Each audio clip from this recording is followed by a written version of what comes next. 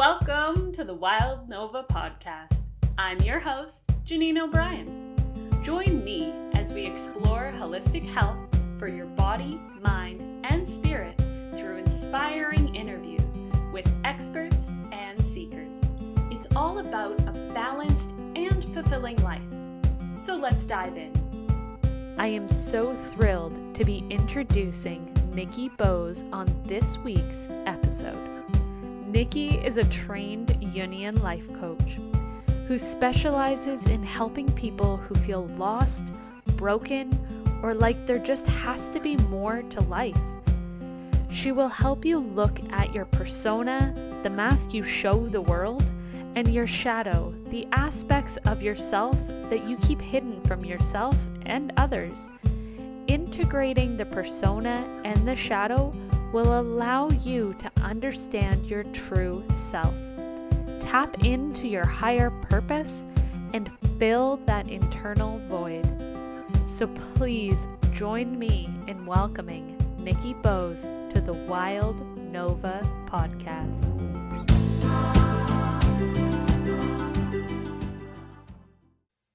I want to thank Nikki so much for coming in. We've known each other for quite a few years now. Yeah, I feel like there's a big gap in between. Yes. Yeah, there was two totally different stages of my life. And it was like I met you in one of the stages and like a knitting group, which was awesome. I loved going to that group for quite a while. And then both of us kind of separated. You moved off to the UK. Mm-hmm. And I went off into my own healing journey land, and so did you. Mm-hmm. And then literally a couple years ago, all of a sudden go to this goddess retreat, and you're just magically there. And I was like, I think I know this person. I'm like, where do I know her from? I'm like, knitting. Oh my goodness. Yes. Right? And it was just amazing to see the difference in you even. Like, you've always been, in my mind, I don't know, so earthy.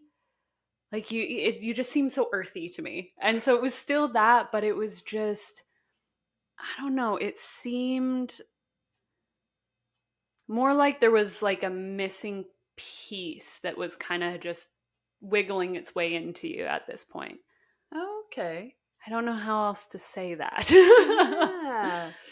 I always just find it so fascinating, the things other people can see in you, but you can't. You're too close, right? Yeah. And I think that's, why we always need sort of that objective outside observer who can like honestly give us those reflective pieces, because it's so important. Sometimes it's the pieces we don't always want to look at yet. Yeah. For good, for better or for worse. Yeah. Sometimes it's pretty hard to like take in those like golden shadow pieces to be like, oh yeah, I'm stepping into my power, or I am becoming this important, powerful person. It's just as hard to look at that sometimes as it is to look at our demons. Yeah. And that's even been like with a couple of our friends that we have and stuff. They'll message me and they're like, okay, so you always see like these parts of me that I don't always see, like, and she sent me like even a little questionnaire thing. She's like, can you fill this out for me? Because I'm just getting curious now. And so I'm sending it to a few people, and it's almost something it would be kind of cool to send to a lot of people just to see like, okay, what am I reflecting out to the world? Yes. And it's like, because I know what my perception in my brain is of certain situations, but I can guess what somebody else is thinking about me, but I don't actually know until I ask. Yeah. And even then they may not tell the full truth. Let's be honest. Yeah, that's another thing, is when you get those opinions from other people, you have to know that they are going to give you an honest truth. Because I think that's something so many people are afraid of, because like, oh, well, but if I say this and then they think bad of me, and it's like, well, they want honesty. Yeah. And if they can't handle that honesty, that's their problem. So like, are you willing to compromise your own integrity to like... Yeah. And it's even looking at somebody else's shadow. because Mm. what I don't like about myself, I will see in other people a lot of the time. So then it's like, if they're like, oh, well, you talk too much, it means like sometimes I think that I talk too much. And that's something that kind of would bother me. So it's interesting. You're looking for a reflection of yourself and you're seeing almost a reflection of them. Yeah. Yeah. It can get like really confusing because you're like, is Yes. this a projection? Is this like, Yes. am I projecting on them? Are they projecting on me? What's going on? Yeah, I feel like that's where almost like that discernment and stuff comes in. It's like, go in and did what they say.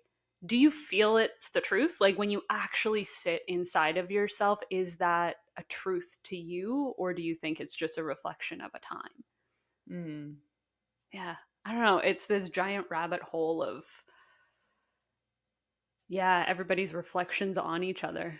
Yeah. And that's why I think shadow work is just so important because the more you start to untangle your own Yes. shadow, then you can see other people's shadow and you can see where they are being triggered, or maybe you can see a bit clearer where someone else is projecting, and you can like just hold everything else, I think, further, like at arm's length, instead of taking it on and feeling bad about yourself. You can say like, oh, I'm pretty sure that's just their projection. And Yeah. yeah.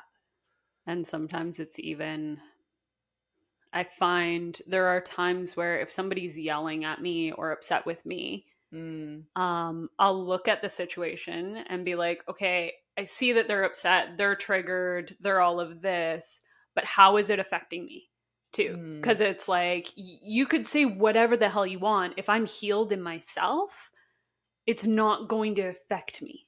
yeah. And it's like, if I'm feeling 100% good, you can say whatever the hell you want as long as I know it's not true. And as soon as I feel that trigger in myself where I all of a sudden am getting upset about what you're saying, I'm like, Mm, oh shit, I found a shadow. Like, yeah. Yeah, there are so many of them. oh my God, yeah. I always laugh every time somebody talks about shadow work. I like imagine that scene of like Peter Pan flying around the room trying to catch his shadow to like sew it back on, and his shadow is such a dick. It's like he's like, I'm trying to connect with you. I'm trying to connect, and it's like, screw off, I'm my own person, and it just flails around and destroys the room. It's like, okay, get your shadow under control and like connect with it and befriend it. Otherwise, it's Mhm. just going to destroy everything sometimes. Pretty much. Yeah. Yeah. That's It's like a perfect visual for me of shadow work. yeah. Yeah, I think sometimes I think because you can't physically see it, it can be a bit confusing. Hmm. But basically, in case your listeners don't know, Hmm. the shadow is all the parts of ourselves that we have sort of pushed away, because we think it's detrimental to our survival. Yeah. So this could be, being bossy, Hmm. but being bossy is also your leadership skills. Yeah. So the shadow isn't bad. It's just things that when you were a kid, pretty much between the ages of 0 and 8, that your ego judged as negative, or that were going to, harm you. And so, it put a bunch of your characteristics or personality traits that sort of locked them away. So you, in your unconscious, you don't actually have access to them. Hmm. And then it created your persona, and this is the mask that you show the world. This is who you think you need to be in order to survive.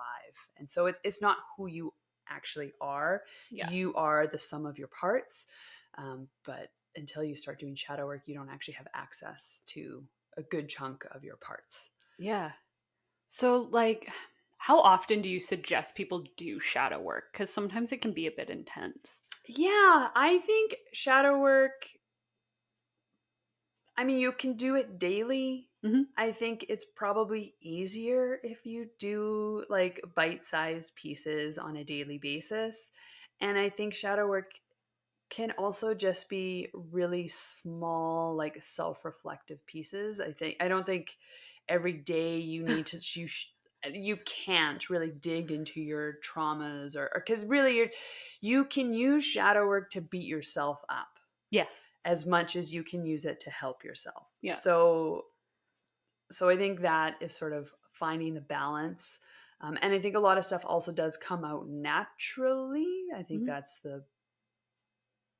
what we're here to do. So I think sometimes, you might just have a revelation one day and being like, oh wait, my boss isn't actually mad at me. They're mad at you, Yeah. whatever situation, and I'm just their trigger. So maybe you didn't actually do any self-reflection at all. You just like the bubble just kind of burst one day. Yeah. And so that is shadow work, because you allowed that to come to the surface and you acknowledge it. And then if once you integrate it, then the circle is kind of complete. So how do you integrate it?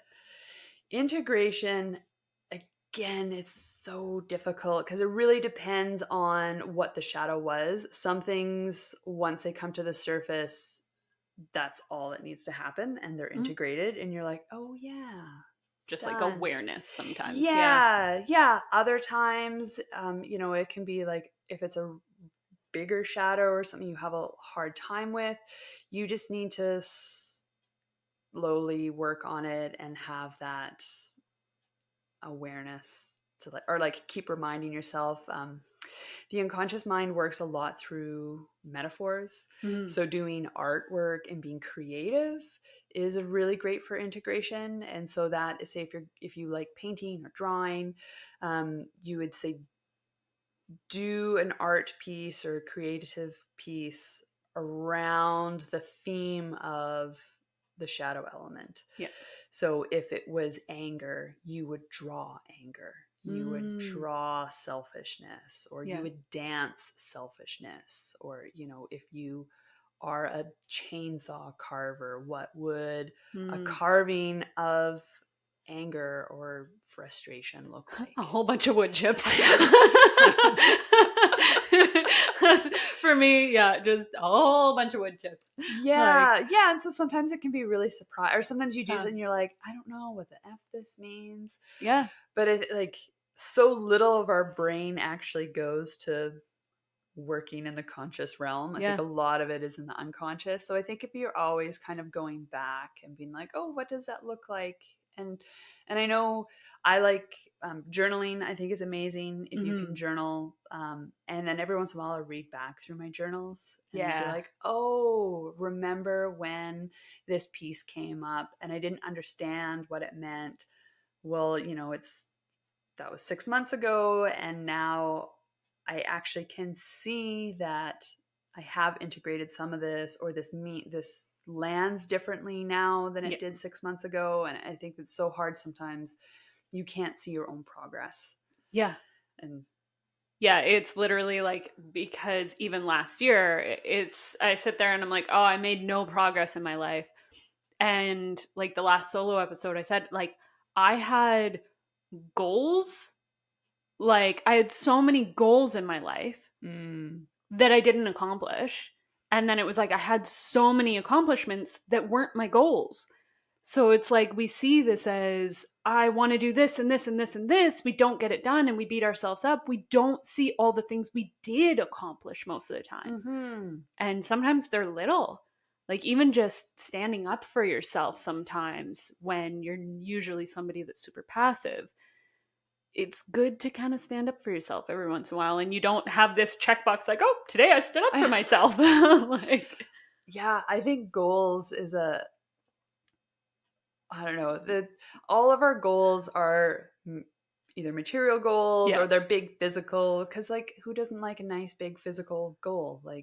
Oh yeah, I love to feel mildly overwhelmed all the time. But then I think so much of our goals, they're made from the ego, and it's like, oh, I will be worthy when I make this amount of money, or I own this car, or whatever thing that you desire. Or so I think there's so many sort of those inner work goals that are harder to pin down, because what does it mean to I don't know, it's so hard to put into words. For years and years and years, we've been so set up as to those, we name these big goals like that. I want a new car. I want a new house. I want to make this much money. But we never really integrated it's not the thing that I want. What is the feeling I'm going to get when I feel that thing? And where in my Mhm. life can I already feel that? And if I can't, where can I bring in small things to build that feeling up? It's not Mhm. maybe a giant raise, it's freedom that you're wanting. Or it's not being married with a partner, it's just feeling love. So it's like, can you love yourself first? And yeah, it's those little things that it's just all those pieces that, yeah, it's Yeah. it's crazy when you start getting into it though. I don't know. I enjoy it. So like for that you've done the young training. Young Mhm. Jung? Yeah, Jung. Jung. Yeah, I was like it's not young, it's Jung. So what was that like for you? It was really fascinating. In previous careers, I suppose, Yeah. I'd always had sort of very, like, so did archaeology and then that shifted into museum studies and conservation. And so very, like working by myself. The last job I had, I was working in a basement in a room with no windows. So it was like just me and shelves of stuff. Sounds like heaven to me, I'm not Yeah. gonna lie. Darkness and things, all of the things. Yeah, so it was very difficult for me to sort of switch my brain around being like, oh, so I actually might want a career where I talk to people all day. Like Yeah, this is, yeah, huge change. yeah. But it was really fascinating just being around all those other people, and learning about the brain and how things work, and so much of it. You're like, oh, this makes so much sense. Yeah. And I really like how Jung approaches Mhm. psychology and just like the human aspect of it. Because I think sometimes you can really like, oh, why is this person the way they are? Yeah.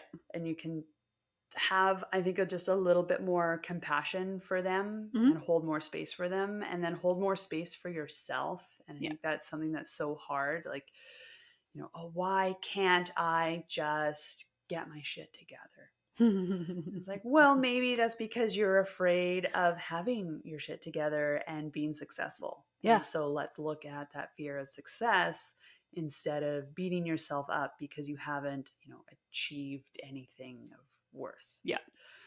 Yeah. So I know with his studies and stuff, there's the archetypes. So Hmm. what are the archetypes? Can you go over them a little bit?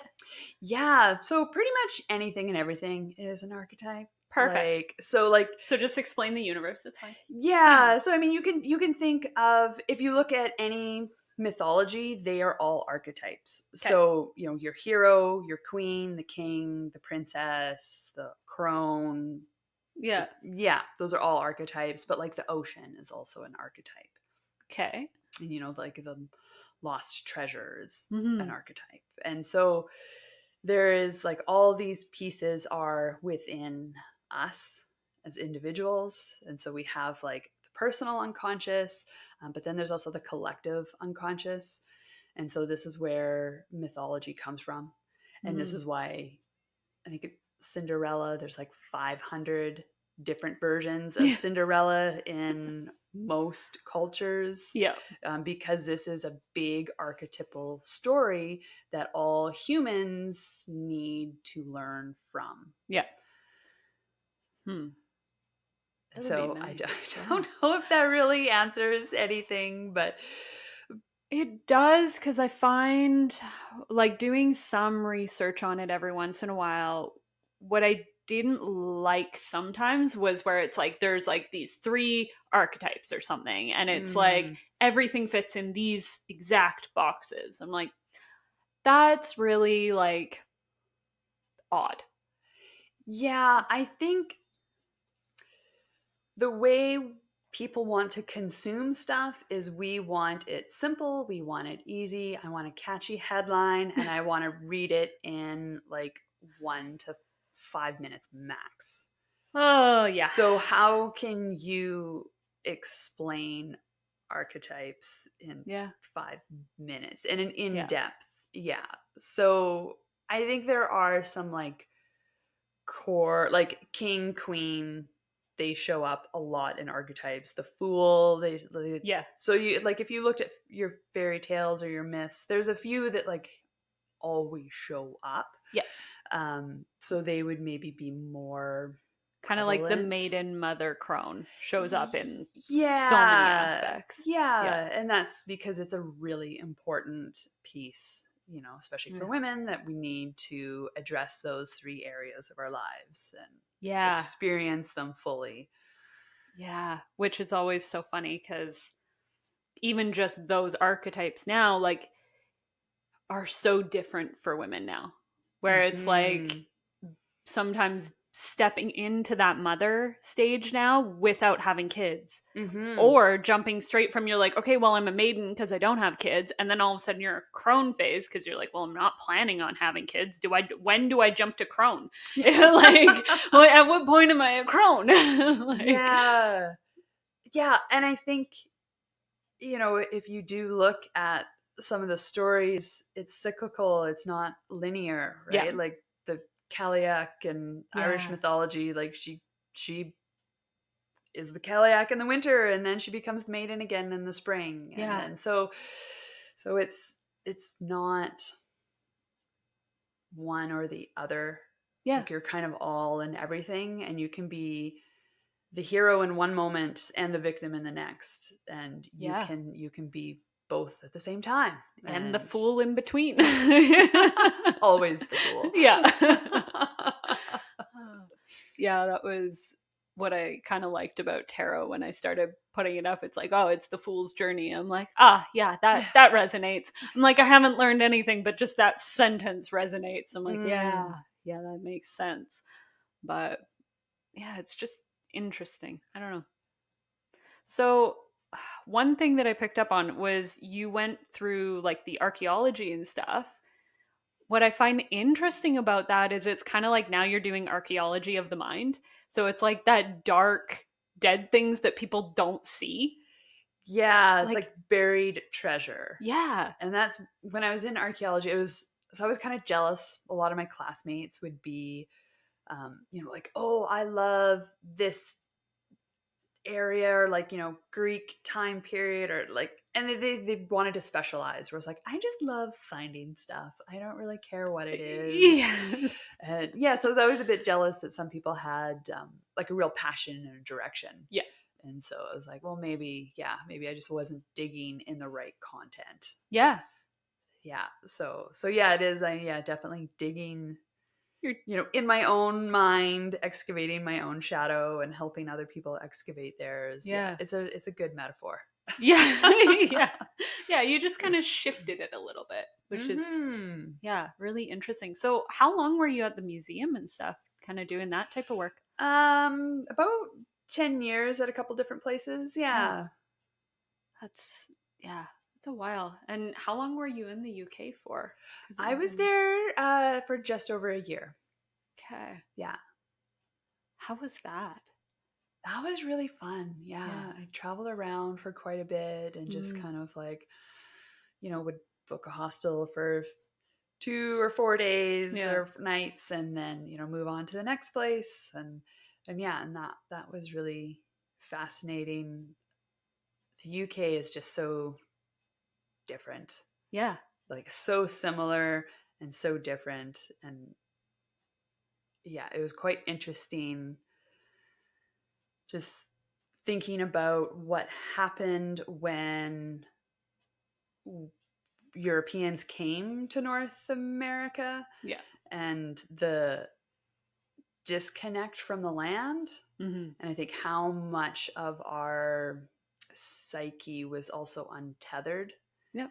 Because walking around the UK, you know, you go to all these tourist places, and, you know, they tell you stories, and, oh, you know, on the Isle of Skye, they're like, oh, this is the fairy ring, and this is where the fairies are, and that, and you're like, yes, I know these are tourist stories, but a lot of the locals, they still have all of these beliefs that are all Yeah. tied to the land, and there's, you know, land stewardship, and that people take up, and you think, oh man, when we came over here, we were completely disconnected. We don't have any of those tales of the land. Yeah. We completely discounted any sort of the local myths or stories that maybe we overheard or were privy to. And yeah, I just think what a disservice that has done. And psychologically, I wonder really what has done to us as humans. Yeah. Like everything over in the UK, I haven't had a chance to go yet, but definitely want to soon. But it's like, just because I love that rich history. Things are Mm-hmm. old there, and I love old stuff. Like, I love it. And Mm-hmm. here, everything's so new. Like, half of our houses in Kelowna were built in the 70s, and that really wasn't that long ago. Yeah, I think here we have that ancient, well, I shouldn't say we, I should say First Nations people Yeah. have that, but it is all tied up in oral history, Yep. which most people don't have access to. Yeah. And so I think there's kind of like this false, like, oh, there's no history here, but there is. It's different. It's so different. Yeah. And it's like the access to it is different. So, like, if I go to the UK as a tourist, I can learn about the history.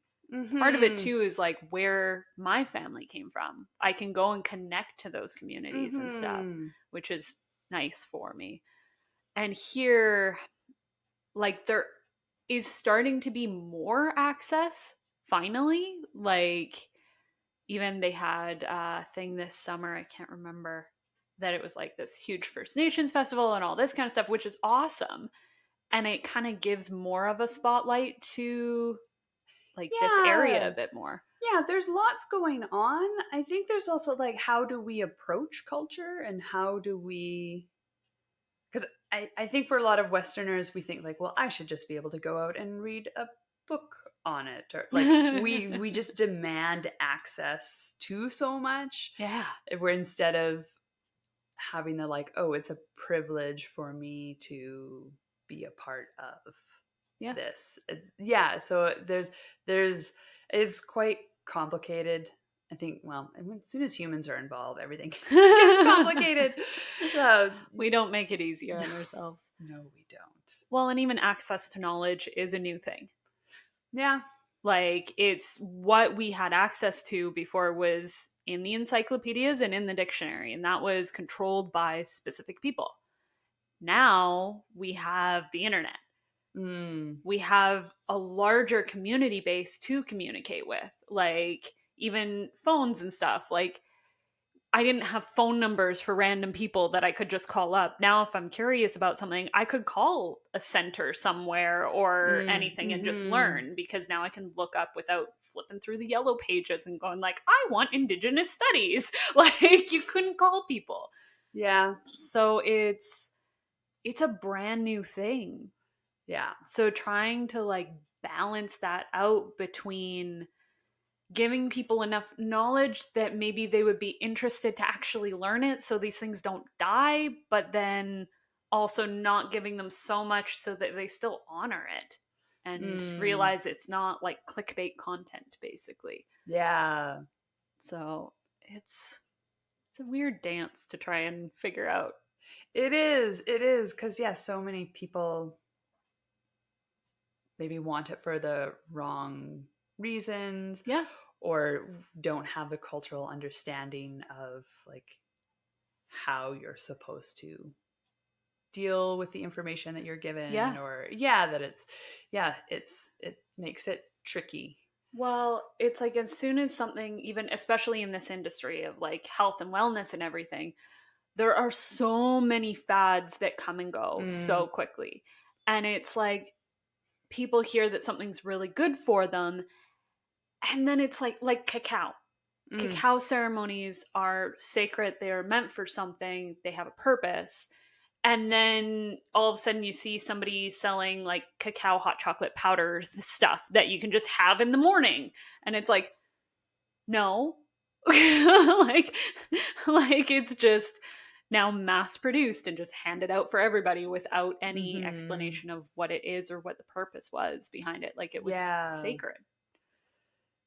Yeah, it's, I don't know, just odd to me sometimes because everybody needs to get their hands in on absolutely everything as soon as they see the opportunity to make a couple dollars. And I think there's also a huge thirst for it. I think a lot of Westerners feel like they are missing something. I think a lot Yeah. of us don't have spirituality in our life. I think we've been really turned off by what organized religion has Yes. become. Yeah. And so I think there is this like this void that people think, oh, I can fill it. And here is a product that was packaged because Yep. I don't want to go do the research. I don't want to figure out, a lot of people in North America, we don't know where our ancestors came from. Yeah. Like we just, that wasn't something that was important.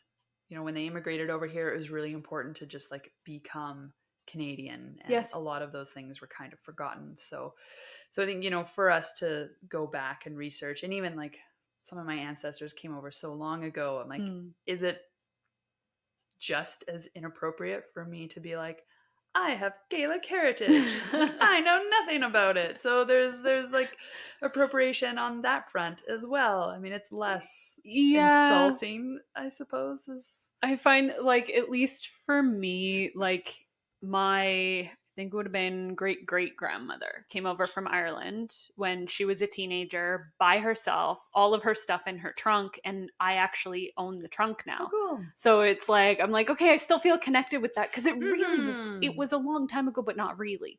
If you look at it, it was a few generations ago and stuff, Mm-hmm. to the point where her trauma is still being passed down. Yeah, for sure. So it's yeah, but there's times where I'm like, okay, when you do like the ancestry DNA where it's like I'm 3% like Scottish or something, and you're like, okay, I'm like, where are we reading a little too far into some of this stuff? Yeah, and I think it all just like gives you a base point to start doing some research, Yep. because some things are going to resonate with you more than others, and I think it's better to maybe do research on something maybe you only have 3% genetic Yeah. associated with than to just say appropriate another culture because it's the like hip thing to do. Yes. Because I think really like, when you put the effort in to actually do research, you are again getting in touch with like, okay, what do I actually want to do? Yeah. What sort of rituals do I want in Yep. my life? Like, because you can go to a metaphysical bookshop and get all sorts of books, and Mm. do you want to smudge your house? What do you want to smudge with? Yep. Because like every culture does smoke cleansing. Yep. So, or do you just want to like hang garlic up everywhere because you have got some Slavic roots and garlic is super important? And I'm a sucker for rosemary. I love yeah. it. I can't. I'm like, oh, I will put it on, in, and with everything. And it's Yeah. like, even just something of doing like a rosemary chicken and eating that. And I'm like, I'm literally cleansing myself from the inside. And it's like, yeah. Delicious. And yeah, it's so good. Yeah. And it's, Nourishment for the body and the soul. yeah. And it was like, I really, when I started researching rosemary and stuff, I really connected to a lot of it. And Mm-hmm. so that was kind of important for me, where it's like I put the time and the effort into learning so many aspects of it from multiple cultures because everybody has kind of similar but different things. So it's kind of, I don't know, it's like a whole bunch of puzzle pieces I like to put together. Yeah, yeah, Mm. I always love that. You're like, oh, these people use this too. Or they also, if you look at like animal symbolism, you're like, oh, Yeah. this animal means the same thing in all these different cultures. And like, yeah, what does it represent for Yeah. me? And yeah, so I don't know, it's so interesting how we can be so different and yet so connected at the same time. Yeah. Well, even like Dan's family, his mom's from England. Okay. And then it's really kind of cool seeing the similar but different things from like Ireland and England because they're Mm. so close. And so it's like the Catholic stuff comes in, Mm. and all of the different like saints and goddesses and stuff all kind of like intertwine with each other. Because I joke that Irish people were just so damn stubborn. They're like, okay, we can't take them over, we have to integrate them. But that was super common Yeah. in a lot of cultures. That's Yeah. how people dealt with it. Because yeah, you have this like, you're like, what are you talking about? This saint, but we have this god at like, Yeah. I think it's the same person. Like Saint Bridget. Yeah. Yeah. And it's like they have Bridget's well and all of this, and they're like, she's a saint, and they're like, no, she's a goddess. Like, I'm like, it's the same and different. Yeah. Potato. Is that? Yeah. Pretty much. She's just an all powerful badass. That's what I know. Pretty much. So one of the things was, let's see, we've gone through all that. So I kind of wanted to talk about the courses and everything that you had. So you have on your site courses, and you've done some events and stuff. So like one of the ones that you did recently was like for burnout. Yeah. Yeah, so with burnout, I think so much of burnout is we're setting the wrong goals. We're setting those ego-based goals, but they're not what fills us up on the inside. So Yeah. that's you obtain the goal and then you're like, well, I still don't feel fulfilled or sustained. Yeah. Therefore, I need to get more money, or I need to lose more weight, or I need to like gain more muscle mass, or Yeah. like, whatever your goal was. It's like, oh, maybe if I got more of it. Yeah. Got more cats, maybe. I already have 3 dogs. I don't need anything else, no matter how bad I want them. So it's really sitting down with yourself and being like, okay, what do I want? And a lot of times when people hit burnout, you're just like so exhausted and you're like, I don't even know what I want. And so that's finding the feeling, and then the feeling becomes your goal. And then so it's kind of like soul goals, and you let that feeling guide you. And so it's doing a lot of shadow work around, why, okay, if this is my goal to achieve this, to get a raise or to become a manager or to get the car, well, why do I want that? And being really honest with yourself about like, well, if I got this raise, then I would have more money, and then I could maybe rub it in my parents' nose that I am successful, or my neighbor, or maybe it's because then that will allow me to travel. Yeah. And then you can say, oh, actually the money isn't the goal, traveling is the goal. Yeah. So is there another way that I can travel? Yep. And maybe there is, maybe there isn't. But I think when you consciously choose the correct goal, then you're not lying to yourself, because it's not about the money. It's about wanting the other thing. Then you can start to say yes and no more appropriately. That's aligned with what you actually want, and not just like what you think is going to solve your problems. Yeah. And so, so you do a lot of work sort of around goals, and then, oh yeah, my mind's totally gone blank. I can't remember what else we talked about in that. But yeah, there was sort of like 4 different things. Oh, rest is really important. And so there's a book by Sandra Dalton Smith, MD, and I'm pretty sure it's just called Rest. But in rest, she breaks rest down into seven different types of rest. Yeah. And she's got a little quiz on her website. And it's really fascinating when you look at like, oh, do I need like physical rest? Yeah. Which is taking a nap, which is only 1 of 7. And so there's like emotional rest. Yeah. Am I like super emotionally reactive, or do I not feel any emotions? Yeah. And do I need to rest in my emotions? Yeah. There's creative rest, there's spiritual rest, there's others. I can't remember right now, but and they all kind of like, what helps with physical rest, say meditation, that's going to help with spiritual rest, that's going to help with creative, like, so it's kind of That's they're all tied great, together, though. but I Yeah. really like her book because it's just breaking things down into Yeah. small pieces allows us to see how else we could break down other parts of our lives. Well, and it's interesting because especially like this time of year is meant for rest. Mhm. And it's like it's the perfect time for that. And dealing with like burnout and overwhelm after like the holiday season and stuff like that, thinking of rest, like, yeah, most of the time I think of rest as just like, oh, I'm going to sit on the couch and do nothing. But that's not all of the rest you need. And so you're like, okay, I've Mhm. done this now for 2 days straight. It's been the whole weekend. I'm still feel emotionally bagged down. I feel like all of this is still bothering me. Mhm. But now I'm upset because I feel like, well, I've rested. Yeah. And it's like, okay, well, nice thinking about the different types of rest that kind of, yeah. Yeah. Yeah, yeah, one of them is social rest, and I think a lot of times we're like, yes, I need a break from being social Yeah. and being around people.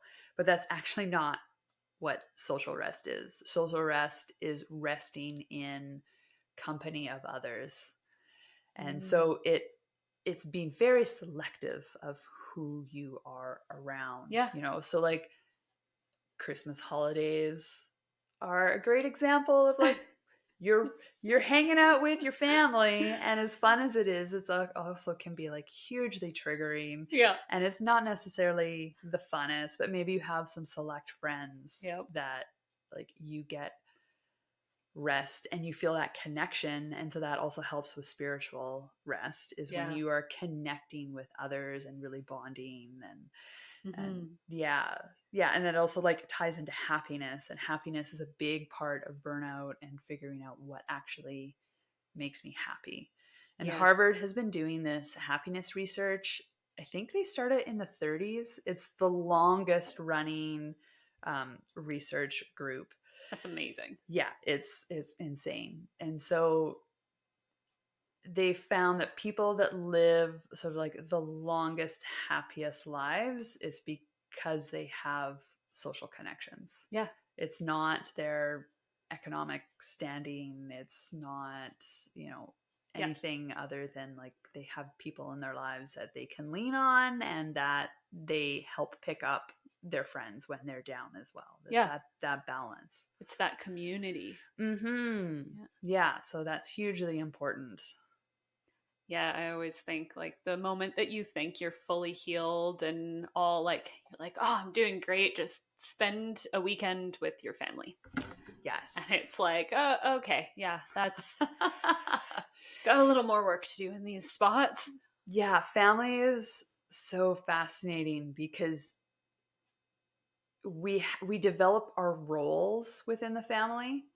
And so when you go back into that situation, people expect you to play your role. And if you're not playing your role, Yeah. it's hugely like and unconsciously upsetting for them. Yeah. And so then there's this like, well, I want to show up differently, but you don't want me to show up differently Yeah. because if I show up different, that means you have to show up different. Yep.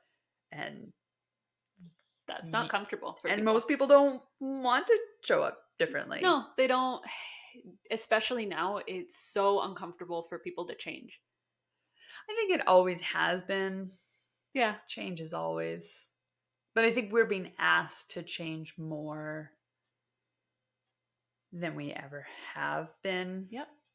And I think during the Second World War when there were rations, I guess like First World War, Depression, Second World War. there was like it was that forced external change where it's like shit's going down in Europe. It's the Depression, there's not enough of anything.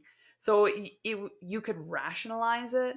Yeah. Whereas now we are being asked to internally change. Yeah. And I think that is harder because we can't see it. Yeah. And so we can blame, oh, it's the government, it's those people, it's, whatever. But we're just projecting and throwing blame when really we need to sit in that discomfort in ourselves and ask, like, how am I being asked to change? Yeah. Well, that was even like during COVID, during all of the lockdowns and everything. Even I find like the people that had to stay home pretty much the whole time, some of them changed and found themselves in like positive ways, and they built up their lives and started doing things that they loved and enjoyed, and other people went into a ball of depression and sadness, and it was like both sides happening at the same time. Like, yeah, I don't know, I had to work the whole time, so it's just like like yeah, I stayed working as well, which again, yeah, was really nice, but also would have been nice to have a break. I say that all the But time. it probably would have been also really stressful. You know how like the grass is always greener, right? Of course. So there's that difficulty as well. But yeah, I think a lot of people, they had their routine, Yeah. and they could survive in their routine, even though it might have been killing them. Yeah. Like spiritually or emotionally, they had their routine. And some people are really good at that. People with a lot of masculine energy are really good at just like, or with a lot of trauma. Trust me, you just yeah, like shut off every aspect of your body, and it's you safe. just go into like literally it's a shutdown mode. Yeah. So it's like even dealing with trauma, something as simple as when I had to go grocery shopping. I knew I could shut down my emotions for a certain amount of time. If I knew where every single thing in that grocery store is. I can literally map out everything in our grocery store because I was like, okay, I have this much time. That is about 5 items. I can go in, I can get them, and I can get out in like this amount of time. Yeah. And so it's like, yeah, being able to just shut down and do that like routine for a second and then get out. And I'm like, okay, I'm good. And it's like, but if somebody would either get in my way or Dan would call and need something else or something, all of a sudden my nervous system was just explosive. And I was just like then crying in the middle of the grocery store. Aww. And it was like silly things like, oh, they didn't have this or they were out of that. So I had to go and find something else. Or I forgot that, okay, bagels weren't on the list, but I really want bagels. Yes. And so it's like, yeah, that a little bit of a detour in my mental like plan and structure just exploded everything around me all the time. Which I'm so grateful it's not like that anymore. Still have my moments of like structure because I have a lot of Capricorn in my astrology chart. I love structure. I love it. It's great. Structure is a big safety net, right? Yes. Like it's a lot of people like structure. And I Yeah. think that's COVID threw all of that out the window. Yeah.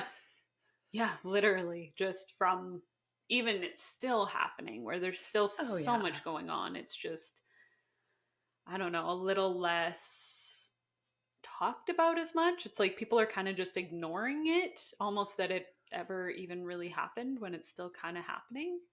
Yeah, I think it's gone from, I think just because we have a better idea of what's going on with it is kind of like, oh, it's just like the flu stage of all those other things. I mean, like there's lots of things that, pink eye goes through the schools and lice and we know how to deal with it. Yeah. And I mean, there's a lot of people that are still dealing with long COVID. There's a lot we still don't know, but it's definitely not as scary as when it first came out, that first variant that there wasn't enough ventilators. I don't think people need to be on ventilators like they did with that first variant. So a lot has changed. But yeah, it's still here. It'll always be here. That's kind of the... Yeah, I think the hard part is like, people that are still dealing with long COVID. And even there's people that I know that I've worked with that are dealing with still some really hurtful repercussions of like the vaccine. Like there's a lot of things going on with people's hearts and stuff after that. And it's crazy to see where they're like, oh, it's totally healthy and good. And now they're having to like go on disability. And it's insane because I'm like, okay, well, that was unexpected. You're like, I'm doing something for my health. And now I'm 40 years old on disability. Like, it's just difficult. Yeah. We don't really know what our lives are going to have in store. No. Ain't that the truth? For better or for worse, we don't know what's coming down the track. Yeah. One of the things that I just realized too is I always start the episode with the exact same question, and Oh. I didn't ask it to you yet. So, what were you like as a kid? What I like as a kid? I would love for you to ask that question to my parents separately and then to Mm-hmm. my sister, because I feel like you would get 4 different answers. That would be great. Yeah. Yeah, because like I don't know, I feel like I was a wild kid. I grew up like in a rural community, so that like we were all kind of rough, tough, tomboy Yeah. kids. Loved playing outside in the mud. We grew up on a hobby farm, so we had lots of animals to play with, and That's great. yeah. So definitely had a good childhood with lots of like adventures and like good imagination. And Mm-hmm. yeah. Yeah, I would love having more animals around. That would be awesome. I have like mild fears of animals that are like super irrational that I'm like slowly trying to get over. I don't think that's no. Animals are freaking insane. Right? And it's like I'm trying to get over those fears cuz some of them I'm like I could totally take this animal. If it came down to it, I could win in a fight. Like a chicken. I have an irrational fear of chickens, but Yeah, their beaks are so pointy. I know. Yeah. And I'm like, I've always been afraid of birds, and I'm working on it. Where I'm like, okay, now Mm. I'll pet a chicken and all that. Like, I still won't quite pick them up yet, but I'm getting there. I'm slowly getting there. And I'm like, I love and hate birds at the same time. Like, I would love to hold an owl, knowing that thing could totally kill me. Like, I think in a fight, I will lose against an owl. I'm sorry. Like, any of the raptor birds, I'm like, They're scary when they get up close. oh, Like their talons are huge. Like massive. their beak is just like, yeah.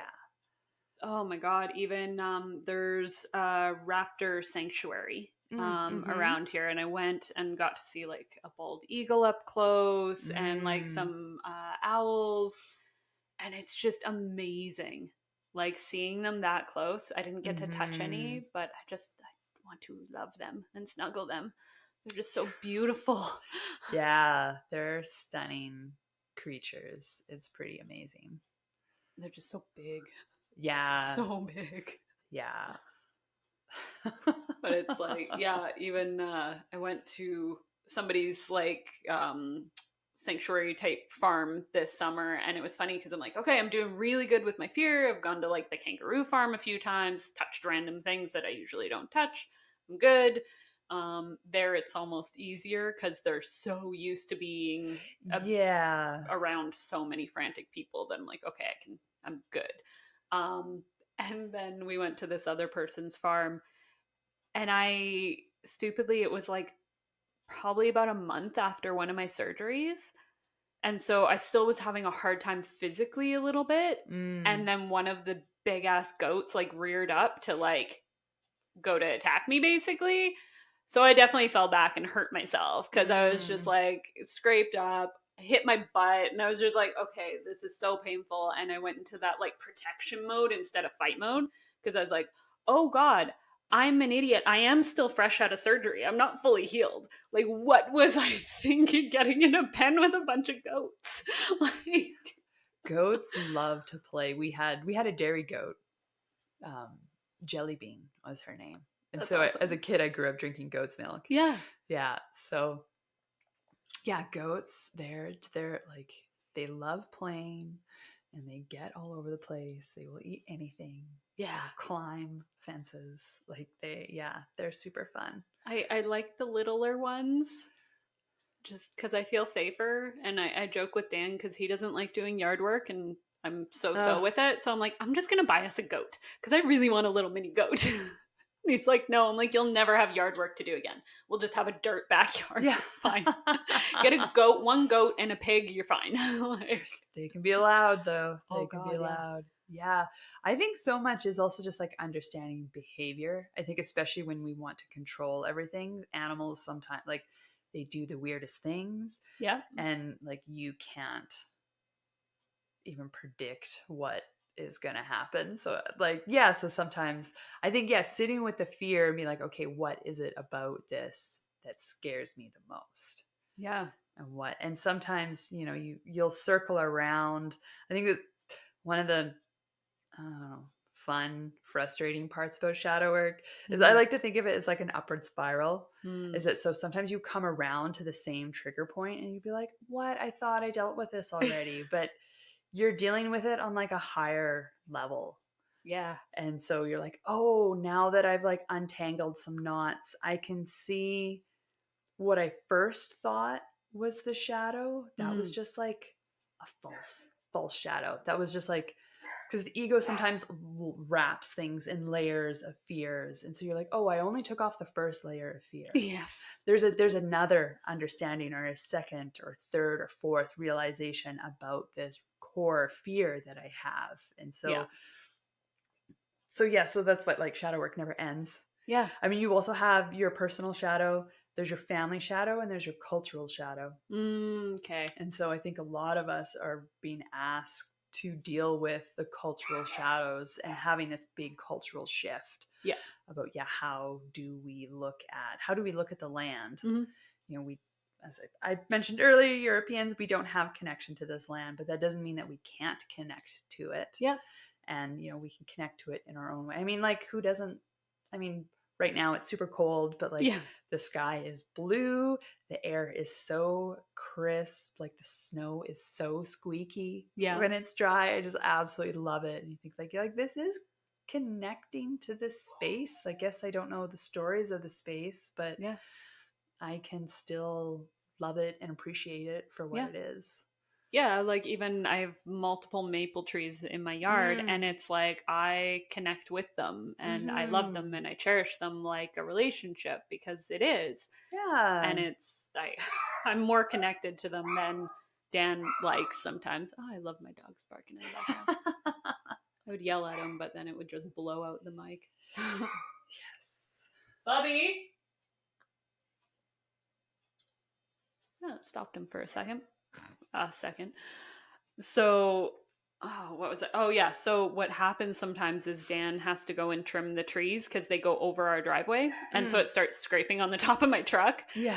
And so he's like, oh, I'm just going to trim the trees. I'm like, not until I talk to them first. I was like, you can't just go out there and chop at them. I'm like, that's not nice. And I try and like put it off for as long as I can. And I'm like, okay, I've talked to them. I'm like, they understand, but just don't take too much. It's like, I can't help myself. It just drives him crazy, but it's just funny. Because I'm like, I see them every day. They're surrounding our whole house. So it's like, I'm in the kitchen and I'm like, I get to enjoy the trees and the birds and like creating this beautiful space for creatures to come and live in now. And it's my own little land. Yeah. It's fun. Trying to I guess I was calling it like rewilding. So I'm trying to like rewild our like front yard a bit. Oh, okay. Yeah. So I like, cause it was super uneven, and because how much we have like so many maples and then so much sun in the summertime. It's baking hot sun all day. So I like tilled up all the dirt and I ended up planting clover through like all over the yard so that it could actually grow. Cause it just looked like dead brown grass. Like I wasn't going to use that much water all the time. I was the jerk that always has dandelions in their yard, letting them run free. I'm like, it's for the bees. My neighbors don't enjoy it very much. They're very much like weed killer people, and they think I'm a psychopath, but I'm fine with it. So I like had, a bunch of clover all over, and then I planted a whole bunch of like wildflower seeds all over beside the road. And then I had little posts up with signs like, please don't park in my yard, because people like pull right up beside the trees. And I just put a whole bunch of seed down. Oh. And I was like, okay, I'm just trying to like get my yard to grow back. Like, yes, I know it looks like you could park on it. I'm trying to make it so it doesn't look like you can park on it. So stop parking on it. But yeah, I'm trying to like bring that nature back to it. So it's like, it's not just this perfectly curated lawn all the time and using all of the water. I'm like, I want things to thrive and grow that are good for the environment and good for the bugs that are here and all of that too. Because even what does good look like? You know, some people are like, yes, a perfectly manicured lawn is what I want to look at. And then other people are like, I want to look at like I want it to bushes look like and yeah. trees and like like I there want are like different things that you can unruly want. English garden. That's what I want. I want a big unruly English garden, like full of just life. Yeah, Like, yeah. And I think that's a big shift that's happening. You know, a lot of people our age, either they don't want gardens and they want to live in an apartment. Yeah. And that's a great option. Yeah. Right? Like, especially when we're dealing with, you know, there's not enough housing. And so Yep. like not everyone can. I would rather build up than out to help preserve the landscape. Yep. And so that's going to change the skyline, but that's also okay. Like Yeah. that's of all of our options. Yes. We can't just not build more. That is not an option. Yeah, and we live in a valley. There's not a lot of options on places to go, and we have massive, ridiculously oversized houses. Yes. Like, God, some of the houses here are just then property sizes where it's just a big house. That's all it is. And it's like 2 people live there. And it's a multi-million-dollar home. It's kind of ridiculous, to be honest. Yeah. So hopefully that's something that is collectively shifting as well, that we're looking at, you know, how we live and what, like, do I need that much space? Yeah. Yeah.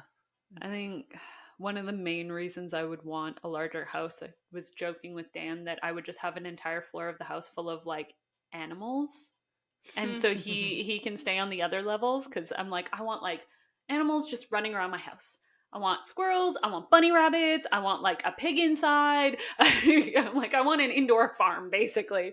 And he's like, I don't. And I'm like, well, then we'll just have one floor for me, and then the rest is for us to share. And all of my creatures will just stay on that floor. He's like, you're ridiculous. Like, yes. Until they get into the walls, and then Yeah. Oh God, I didn't even think about that. Yeah, that would be. Yeah, he was talking about. I almost got him to agree to bunny rabbit recently, and then I made the mistake of being like, "Yeah, you just kind of gotta watch like the baseboards and stuff. They have a habit of chewing everything." And he's like, I don't know anymore." I was like, "Damn it, I shouldn't have said anything." Like, bunnies are just so damn cute. They are cute and fluffy. Yeah, and I just thought it would be hilarious to have a bunny rabbit running around the house with our dogs, because they're like the size of a bunny rabbit. Yeah. Just pure entertainment. At least then Quinn would have someone to play with. Aww. Oh. So what was kind of going back to the museum for a sec? What was like your favorite part of that job? I think learning about old-timey stuff. Like just being around all the objects was really fun. And so my job there was doing curatorial work, so cataloging and organizing chaos, trying to. And then also I was a trained conservator, so, you know, cleaning and fixing things as well. So yeah, it's just so neat. You come across something and you're like, oh, it's this old pair of, sometimes you're like, this was someone's garbage and we're saving it. And I would love to know if they're like, why are these idiot humans of the future saving this piece of garbage? Yeah. Or if they're like, oh, I feel so honored that you still think this is worthy of, or you think it's worthy of being in a museum. So yeah, there's just kind of like what we save, what we choose to save, how we display things, what was important in the past, what's important now, all those kind of ideas and concepts I find really intriguing. Yeah, I like thinking about what they would save from us today. And it's like all these things that, we throw away and they're just garbage for us. like how many things would they save? Yeah, and even what stories do you save? So a lot of Yeah. times, so actually during COVID, we sat down on Zoom and as a team and was like, hey, okay, so this is a massive story. What can we collect to tell this story? Because in 50 or 100 years, they will want to do an exhibit. Yeah. And so what physical objects can we? And so sometimes you're like, okay, yeah, what physically can we collect? Yeah. And so, we got some testing kits and pamphlets from people. One of the interns found a protest sign that was just dumped in the snow, and so she like brought it back. It was one of those, like, thank goodness no one is watching us, just us like weird nerds. Yeah. Like, oh, I found this sign. Oh, look what it says. Oh, this is so cool. Blah, blah, blah. You're like, no, everyone else is like, you are literally collecting garbage. I'm like, yeah, but it's cool garbage. Well, and it's so weird to think like we just constantly are living our lives, but it's like you're living in history right now. You're always living in history. Yeah. And what are people in the future going to say about us? And it's really neat that like now so much is on the internet. Yeah. So they will be able to like read through tweets. Yeah. the tweets of 2019. Yeah. So I think where we didn't necessarily have access to as much content from, when we're looking at stuff, you're like, oh, what was saved from the 50s or the early 1900s? And, you get letters and diaries and some personal stories and stuff like that. But, magazine articles and stuff. Yeah, and photographs and yeah, so it is kind of neat. Or like, yeah, what do people choose to take photographs of and why? Yeah. I'm kind of sad. Like, I wish that some of the things from the past would come back, because it's like my great grandkids are never going to be reading through my old text messages to my husband. Yeah, no. And I don't want them to. Most of the time it's just grocery lists. Yeah. Like, it's never this like beautiful poem that was handwritten and like preserved there for people to see. It's like, oh yeah, this was just like, oh, hey hun, I'll see you soon. Like, it would just be, I don't know, nice to have some of that old stuff back. I'm super sentimental though. I keep so much stuff. It drives Stan crazy. Yeah, there's definitely, but I mean, there's also, you could save everything and then your grandkids not care and then just throw it all out. Yeah. So there's, or it could all go in a fire. Who knows? Yeah. But it's like, it was something as simple as the night we first met, the piece of paper that I wrote my number down on, Dan found in his wallet like years later. And so we have that still. And at that time, of course, you just throw it out, but now it kind of means something to us, because it's like 10 and a half years later, hey, we're still here from just some random meeting sometime. And that, it's so tough because that means something to you. Yeah. But you can't transfer feelings and emotions. So someone else could look at that piece of paper and they can be like, oh, that's a really cute story. Yes. But it doesn't go as deep.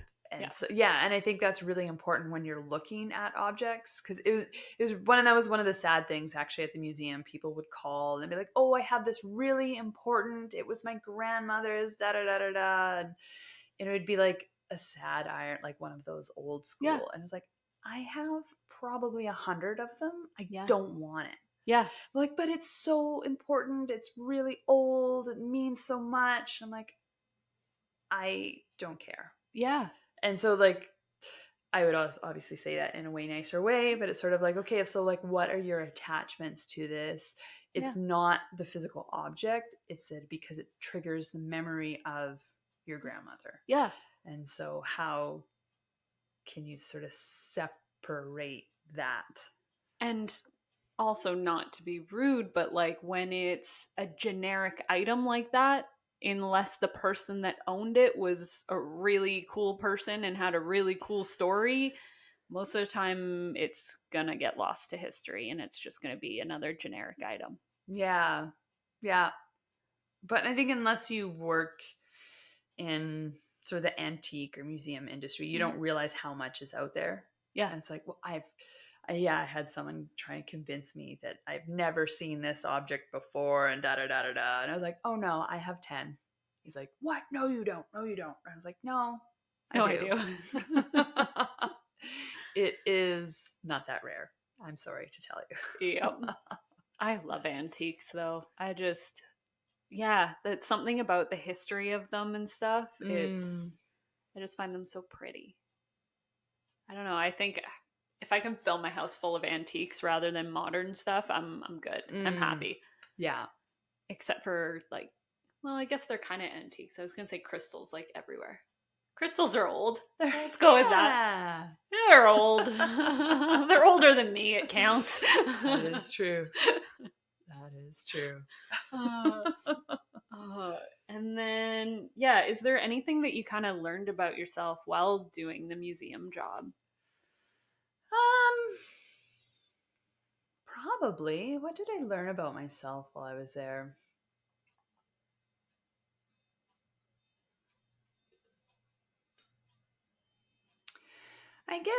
I think working at the museum is kind of what, I don't want to say what broke me, but like I had all these goals, I achieved those goals, and there are lots of trained people who could do what I do, and so it's really hard actually getting a museum job. And so I landed a job, my sister's in town, my folks are in Salmon Arm, so it's like I'm close to home, so it was like everything was as it should be, or like I had everything I needed to have in order to be happy, and yet I still wasn't happy. Yeah. And so I had to start doing a lot of self-reflection work, and that's what led me to shadow work and to the career changes, because I had it, and then I tried working harder. Like, if I can get this shelf, like the backlog cleared, and if I can do this, and I had all these targets, and I brought in like little trinkets of home that made me happy, so I could look around my office and be like, oh, happiness. And you're like, okay, well, that's not working, and that's not working, and then just like not getting the support I felt I needed from management, but also not being able to verbalize what I felt was wrong or that was going wrong. And it was really unfortunate that they also they weren't good mentors. Okay. And I think that is a space that I would really like to see us collectively progress on. Is that I see a lot of people really struggling in their jobs, and it's like, oh, you have a shitty manager, you don't have a boss who can support you, and because they're so caught up in their own shenanigans that and so it's kind of like, how can we collectively help each other, because that's how you're gonna allow your business to thrive. And it's not that a lot of my coworkers complained about, oh, if we got paid more, and it's like, it's not it. At one point I sat down and I was like, you know what, I actually don't need more money. No, it wouldn't make this job any better. Like, yes, maybe I would be able to eat out more or buy nicer trinkets, but at the end of the day, I'm still going to go home and be exhausted or frustrated. So like, I always said I would rather get paid less and be a lot happier. Like when I started working at this one job, like I had a boss that was amazing. We worked really well together. He understood how I worked. He always, like, yes, he had his faults, but like he always tried to like build me up, and I learned so much about myself and so many of my strengths with him. And then our next boss was the complete opposite. He was, in my mind, we did not mesh well at all in any way. And I felt horrible every day, and it got to the point where like I couldn't imagine going to work every day. Like I was just so upset, and that like crying, and like I have to go to work, and so depressed. And it was like I went from a job that it wasn't my favorite, because it wasn't aligned with what I really wanted to be doing, but I felt like I had a purpose. Mm-hmm. And then the purpose was gone and I was worn out and I was just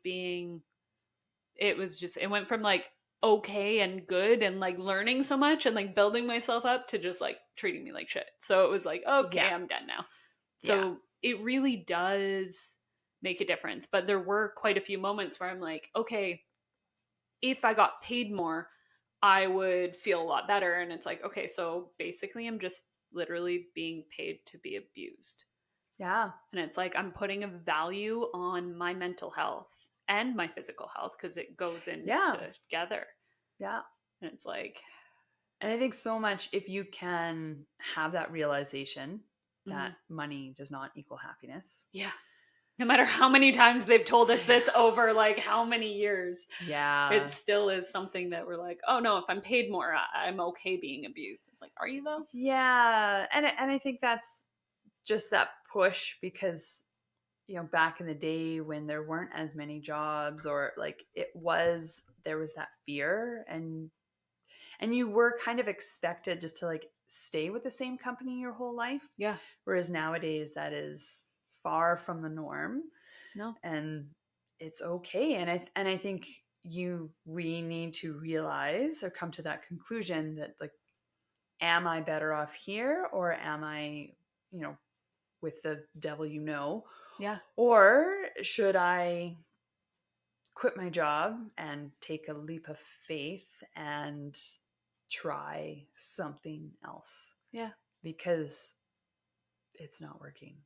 Yeah. My my maternal grandfather was a funeral director Mhm. and he buried a lot of men at within a year of their retirement. It's like And they lose purpose. well, and also like you fight and fight and fight for this job and then what? Yeah. And I think, a lot of people, they work themselves to the bone or, Yeah. they are, yeah, in a really toxic environment. I mean, health and safety in the 50s wasn't super good.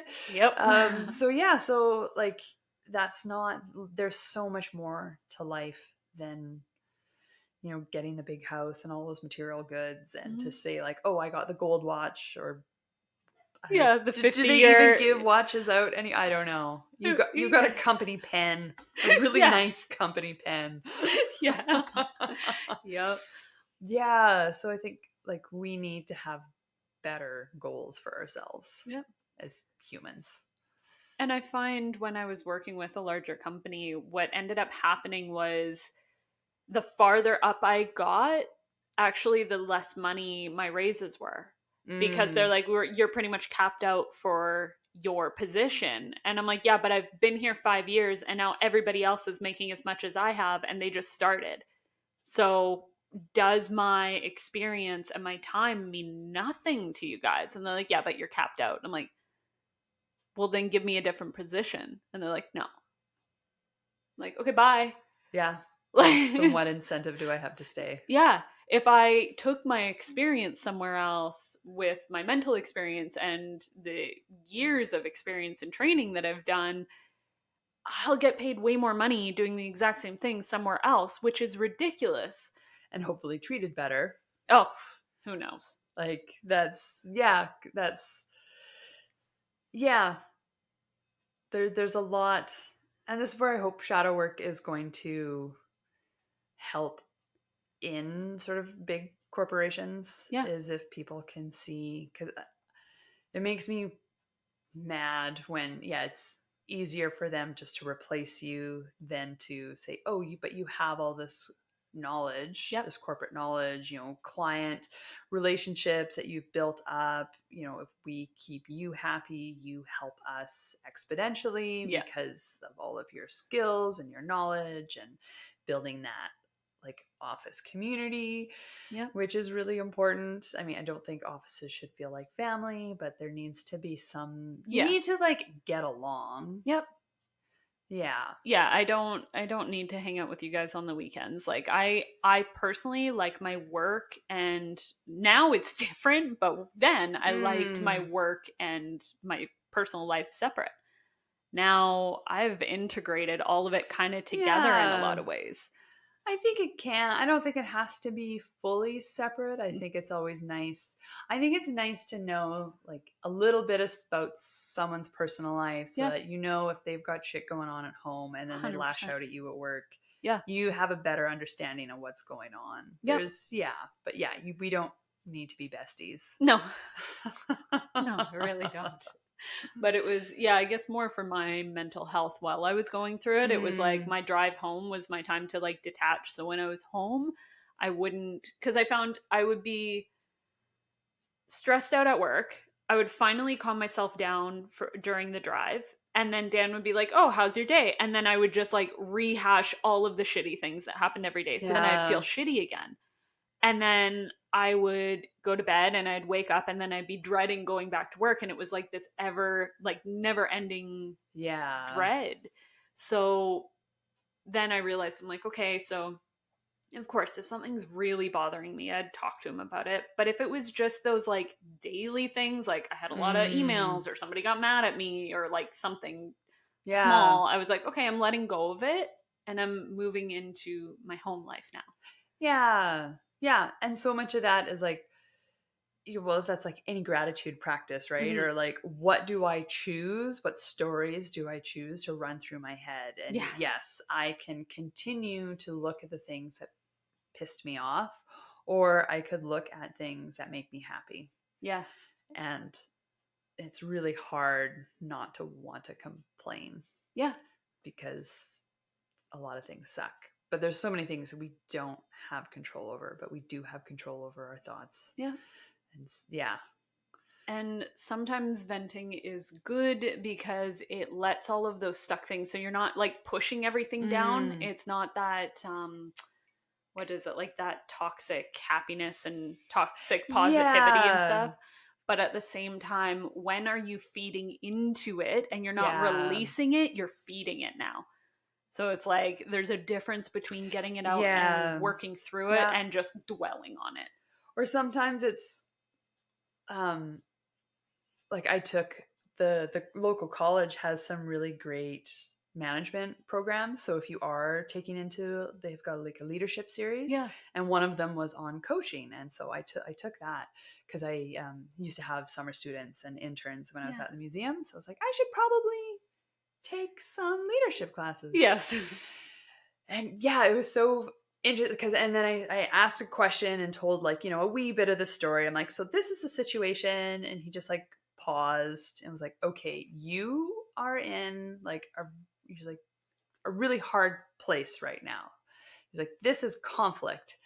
And I was like, oh, that's why I feel so awful. And so sometimes that venting can be really helpful Yep. because you'd be like, oh, I am being gaslit, or I am correct, or oh, Yep. this is another perspective that I couldn't see because I was so caught up in my own victimness that I Yep. can't see. Yeah. So that's, yeah, finding the balance. And I think it's one thing I've learned with shadow work is there is no like A or B or good or bad. Yeah. There is like so much potential in between. Well, and I think that's the difference too, is like in that situation, you were talking to a professional Mm-hmm. instead of just venting to every part of your family and all of that. So, like, if, Or rehashing the same story, or yeah, because I've known people who will complain about something and you're like, oh my goodness, when did that happen? It's like, oh, 10 years ago? yeah, Under a completely different management? Okay, so you can't talk about how management, used because to then be. Yeah. everyone thinks that you're talking about the people who are management today. Yeah. So like yeah, let go. Yeah. Or even like when it comes to like dealing with relationships and stuff, sometimes it's if you constantly need somebody to talk to about like things that are stressing you out in a relationship. Say before, like I would go to like my best friend and I'd be Mm. like, oh, like Dan did this and it annoyed me. He did this and he annoyed me, but I wasn't talking about the good things. So then my friends would be like, well, shit, if this person sucks that much, you should just break up with them. And then they'd feed into that. And you're like, yeah, I should. And it's like, okay, no, but if you talk to a professional, they realize that there's still the good, but you're just needing to get the bad out. And they're not feeding into that, like, this person is horrible, because they're realizing there's two sides of it. Whereas your friend is just like, got your back, like, let's go. And it's like, no, I just needed a vent. They're not a really bad person. I just really needed a vent. Yeah. And that's always, that's why I like talking to people who say know both parties. Yeah. And they could be like, okay, yeah, I know he has that tick, but you also. And Yeah. you're like, no, don't point the light on me. yeah. No, but he did this. And it's like, but. Yeah.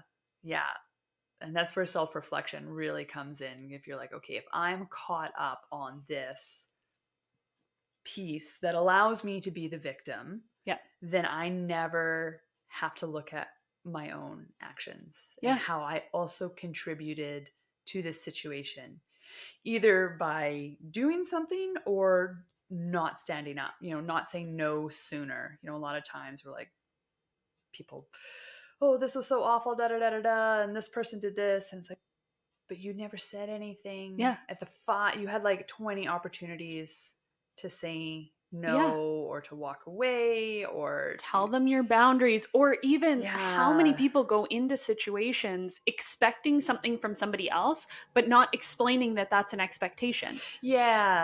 So it's like like things where I would expect somebody to phone me or to communicate or to do this, or like somebody call me on my birthday. And I knew they weren't going to. And I was like, I bet you they're not going to call me on my birthday. I want them to call me, but they're not going to call me. And it's going to be like, I'm going to be upset. So then I reframed it into my head. I was like, okay, it's not that I want them to call me. I want to talk to them on my birthday. I'll call them. Yeah. If I really want to talk to somebody on my birthday and be like, hey, I wasn't sure if you remember, it's my birthday. I wanted to chat for a minute. So, hey, let's chat. I'm not going to get mad that I'm putting expectations on somebody else. Or, another example was, okay, so if Dan comes home every single night and I make dinner, every night for like 2 years straight, I'm making dinner. And then all of a sudden one night he comes home, I haven't made dinner. And he's like, what the hell? And all of a sudden he's kind of like upset for a second and triggered. And it's like, we never had the understanding and didn't vocalize like, I'm going to make dinner every night. But he had this expectation in his head that he'd come home, there would be dinner on the table. There's that routine. You fall into the routine. Yeah. That's a really tough one for a lot of relationships, because there's a lot of stuff that just happens, or one partner picks up these pieces, the other one does, and there's this nonverbal agreement, and then all of a sudden, oh, I couldn't get to it today because of whatever. And it's like, and then there's hurt feelings, and even what I explained with Dan is sometimes my priority list of things that need to get done for us and our house and all of that is going to be different than his priority list. And if we don't vocalize with each other, and he's coming home expecting like these things to be done because it's like my day off, and I thought I would get these other things done, then it's just, okay, where are we expecting something from the other person without vocalizing? And it like causes so much undue stress. Especially, sometimes when you are like, oh, this is how it was in my family. Therefore, that's normal. Oh, God. And then you're like, oh, wait, no, there is no normal family. This is just like... Right. And that's when you have to have those like deeply uncomfortable conversations, and then really figure out like, wait, why do I want this? Is it because I want it, or because that's just what mom and dad always did, but I can choose a different way? Like, we don't have to. And if it's just like, that's what your mom did for your dad, and so it represents love to you, then it's like, oh, okay, so if she doesn't show me in that way, does she show me in other ways, or anything like that? And I think so much about shadow work is pausing and being like, okay, what emotion am I feeling right now? Yeah. And if anyone has troubles with their emotions, I look up the feelings wheel. It is literally like printed it off because the yes. first time I ever saw it was like, here, let's do quickly Yeah. for the YouTube. It looks like that. It It's is amazing. It is shocking. I was blown away when I first looked at it. I was like, what? There's more than like 3 emotions? Like, what the Yes. hell? And so sometimes you'll have something and you'll be like, I don't know what I'm feeling. And Or where that like core feeling is and stuff. yeah, so what Yeah. I like to do is like look around the outside and being like, oh, what's going on? And then you're like, oh, I'm feeling withdrawn. And then you're like, oh yeah, withdrawn is distance, but at the root of that is anger, which is like, you're like, oh, if I'm withdrawn or annoyed or hostile, and some of these you're like, yeah, if I am, disrespected, yeah, I could see angers, but like to be numb or withdrawn, I never would have thought that was. I would have thought like sadness over anger. Yeah, but like. But it makes total sense when you go through. And like, yeah, the first time I saw it was you showed me that at one of the retreats. And I was like, oh shit. I'm like, this is amazing. Yeah. And so for me, that's, I think, having the feeling, but then also being able to put the word to the feeling is so important. Yeah. And then to say, oh, if I'm feeling withdrawn, is there something I'm actually angry about? Yeah. And then being able to look for that. And then you'd be like, oh, this is why I'm angry, is because you did this, I projected this, or I thought you meant, and da da da da da. And then you get all that like he said, she said kind of shenanigans out of the way. And then you can get to the core of it. And then you can actually have an honest conversation with someone. Because until you pause and check your own triggers, then like you're not actually going anywhere. You're like fighting other people's like fighting projections, and so you're like, you just get more upset over like 2 totally different things. Yeah, and what I found interesting about it was I would go through and check like every once in a while, just randomly in a day, I would see kind of how many of those outside things were showing up for me today. And then it was like, oh, okay, so I'm actually kind of sad today. Because it was like 4 out of the 5 things I chose actually lined up with sadness. And I'm like, okay, so why am I feeling sad today? Like, how is that coming up? And it was like, because I feel I'm a very emotional person. So I have the tendency to feel like multiple ones all at the same time. I'm like, okay, I'm numb and this. And it's like, yeah. And even one that surprised me on here, because obviously there's like fearful and angry and sad and happy. But the disgusted was one that I like never saw on a chart before. Oh, okay. And I was like, oh yeah, that makes sense. Because it's like, okay, the judgmental. And it's like, that judgmental feeling, I could see how it wouldn't line up with like anger or fear. And it was like, oh, right. There's all of these other emotions that I kind of just forget about. Yeah. Yeah, because there's a lot. Yeah.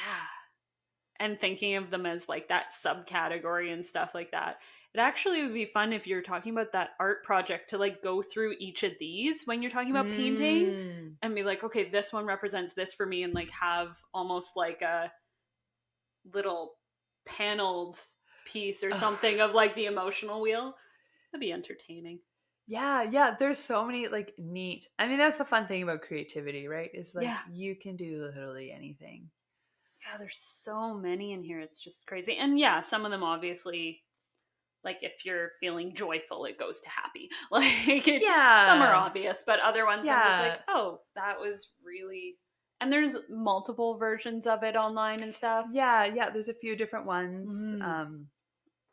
But they're all, I think, just giving you more vocabulary is going to help you be able to process what is going on internally, because we don't talk about it. I don't think our parents, especially our grandparents, they didn't have the space to do any sort of internal work. And I think that is what's shifting for us, that we are, for the most part, like in a stable place where we can look inwards and figure out what's going on.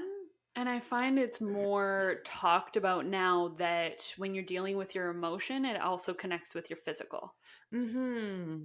So Yeah. it's just a huge connection. Like if you're upset and you're sad all the time and you're dealing with like depression, your body physically aches. Yeah.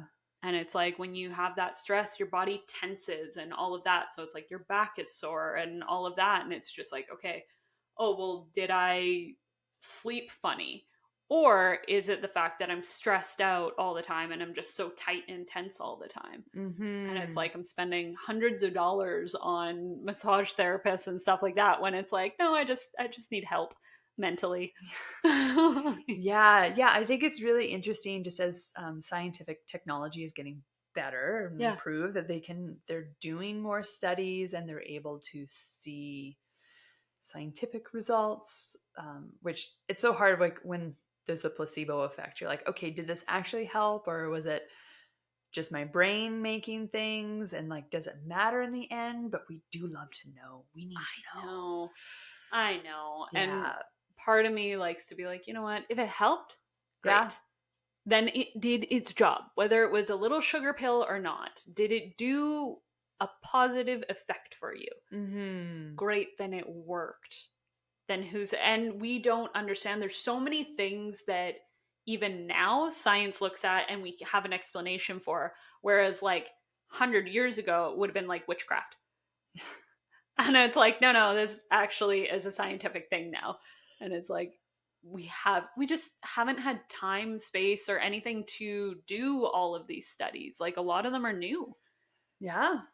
Yeah. It's so interesting and I always love thinking about, yeah, again, like 100 or 200 years in the future Yeah.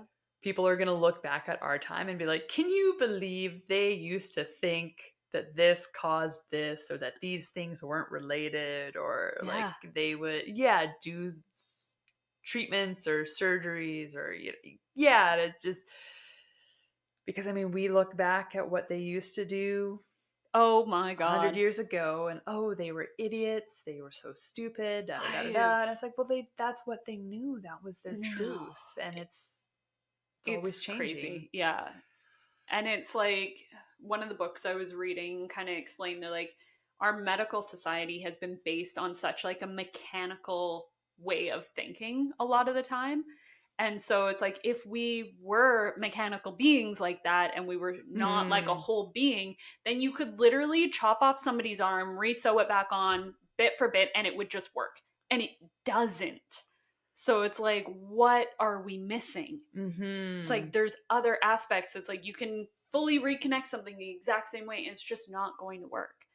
And it's like, okay, well, we're not a mechanical being then in a lot of ways. And it's like there's these things that are just missing Mm-hmm. pieces right now because we're not looking at it as a whole being a lot of the time.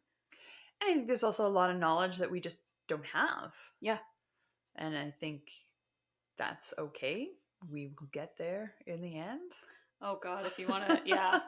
There's so many things when you start looking into the medical industry because like I've done for Mm-hmm. so many things and like done so much research on fertility and birthing processes and all of that and looking at like all of the archaic crazy things that happened to women like Mm. not that long ago where they're Yeah. like, oh yeah, this is just fine for childbirth, and it's like, what, like you used to just like saw women open, like this was a thing, this was a practice where they're like, oh, the baby's not quite coming out, so they just like saw the bone. It's crazy to me. And it's like, no wonder death rates were so damn high. Like, it's like, oh, we can't sanitize anything. We don't understand anything about germs or anything like that or Yes. anything. And we're like, oh, I wonder how she died. It was a witch. And it's like, no, it No. was moldy bread or It something. was you didn't wash your hands Yes. after doing an autopsy. Yes. Like, Yeah. Yeah, there's a lot of weird things we do in the name of like health or yeah. yeah, because there's yeah, even like I don't know, all the supplements people take sometimes or there's just so much that we do where you're like, how is that healthy? I I don't know. I know, and it's really hard when you get into that. I find with a lot of the supplements and stuff like that, when I was talking to my doctors and my naturopath and stuff, they're like, okay, you need more iron or you need more vitamin, whatever. And I was Mm. like, okay, so what fruits and vegetables or foods that are natural that I can get have those things that you're asking me to, that my body is needing more of? And they're like, well, these, but you could just take a supplement. I'm like, well, it's an artificial supplement. I would rather my body just learn to process that so I can get that vitamin. If you're telling me I just need to eat more broccoli, I'll eat more damn broccoli. Like, Yeah, because also, like, is there something else going on? That's why your body can't absorb. Like, yeah, I don't know. Like, there is still so much unknown, and I think it's really difficult with our medical community because we expect them to give us all the answers. So there's they kind can. of, Yeah. yeah, and I think so many people, like any industry, like parenting, Yeah. you're expected to have the answers. And how many parents are comfortable saying like, I don't know. It's crazy now growing up because, like, when I was a kid, I just assumed that adults were like these magnificent beings that just knew things. And when they have it all figured out, they're like, yeah, Yeah. Or no. not even close. And you don't realize till you start hitting your teen years and stuff, and you're just like, oh, you guys are messed up too. You're all idiots. Yes. Fantastic. Yeah. I was, oh God, I was being led by a whole bunch of, oh God. Yeah. Yeah. Yeah, it's tough. And how do we create more space for people to say I'm very knowledgeable, I am considered an expert in my field, but we still don't know. Yeah. There's still unknowns, and that there should always be unknowns. Like if someone is coming across and be like, I have all the answers, then they Watch out. are a muppet. Like They are a cult leader. yeah, Yeah. If pretty someone's like, I much. have all of the answers to the universe, please just step away. Do Like, not give them all of your money. no. And it's like, yeah, sure, you can learn things from some of those people, like some wellness techniques. Great. Teach me how to meditate. Teach me how to do yoga Mhm. stretches. Teach me all these like mindful techniques and like the shadow work and stuff like that. But please just, like everything, don't make it your entire life, Mhm. especially if it's just blindly following some random person. Yes. Yes. And it's hard because I think so much we want answers. And I know sometimes, I mean, I get frustrated with it. And because people are like, well, like, but what's the answer? And I'm like, there is no answer. The answer is within. Are you like, but what does it mean to you? And you're like, but I just want Yep. like, and that's why like dream dictionaries. Yeah. I mean, they are helpful, but they're not set in stone sort of thing. Yep. So like growing up, I had horses. Yep. So horses mean, so if a horse shows up in a dream for me, it's going to be very different than someone who say grew up in the city and always wanted a pony. Yeah. And they have like, oh, ponies are like majestic and da da da da da. And I'm like, no, they're not. They're little shitheads. Like Yeah. we had a pony that used to like step on our feet on purpose, and he'd like sometimes squish you up against the wall and like lean on you. So it was like, yeah, he was doing that on purpose. Yep. So yeah, I have a very different, Of course. yeah, the symbol means very different things to very different people. So how you integrate things is all individual. Like how your shadow shows up for you is going to be different. Like, yeah, the internal work, because we can't see it and it's so individual, it is very vague. Well, and that's why I think it's good, like, for clients to come and like work with you for the coaching and stuff, Mhm. because I find then they're not going online and looking at like, this means this. And it's like, then you have all of these other pieces you can work with them. And it's, And a lot of times, like your ego doesn't want you to go there, right? Like it has a job. The ego's not a bad thing. It is trying to protect you because yeah, it thinks it's made all these judgments. This is going to keep you alive. This is going to get you kicked out of the group. Yes. And so if you start digging in your shadow, your ego is going to have a temper tantrum. And so there's a lot of things that are really obvious to someone else, but you're like, oh, no, that's not a big deal. I know what that's about. And Yep. then as a coach, you can be like, oh, really? Tell me more. Yes. Let's dig into that. Yeah. Or I've noticed our last few sessions, you've brought it up, but avoided discussing it. You're dancing around over your ego's like, oh, but look at this person, da da da da da, and you're like, no, that's so it's having someone else keep you accountable, and just that objective outside observer is really beneficial. And it can be a coach, it can be a group of friends. If you want some friends to get together, start doing shadow work, like it. I think we probably used to do this at the bar back in the day, or the ladies would get together, their sewing circles or whatever. So I think this has always existed in society. It's just shifted. Everything has shifted. So, I liked when I was on your site today, and it was just like, okay, you have these different packages, so you have different programs for people to try and events and all of that, and you can do like the free 15-minute initial call kind of thing.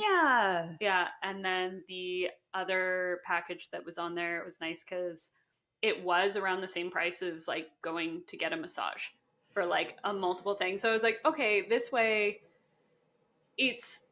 we focus so much on our physical body. Like I said, like if you're stressed, your muscles are tight, and you're like, oh, I need a massage. I'm like, no, I need like a brain massage. I need an emotional massage.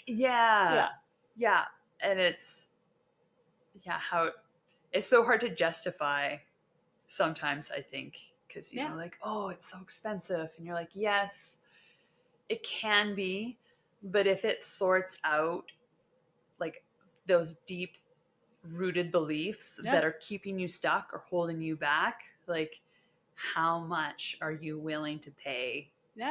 Or because sometimes you look back and you're like, oh man, I know I'm not there, but at least I'm not still stuck at the same place I was 6 months ago or a year ago. Like that would be unbearable. And honestly, even like with some of this work, like I find it good to work with somebody that's a professional, just because again, it's not that hidden aspect. And also then I'm willing to tell you things that honestly I wouldn't tell some of my friends in the friend groups, because I don't want that judgment from people.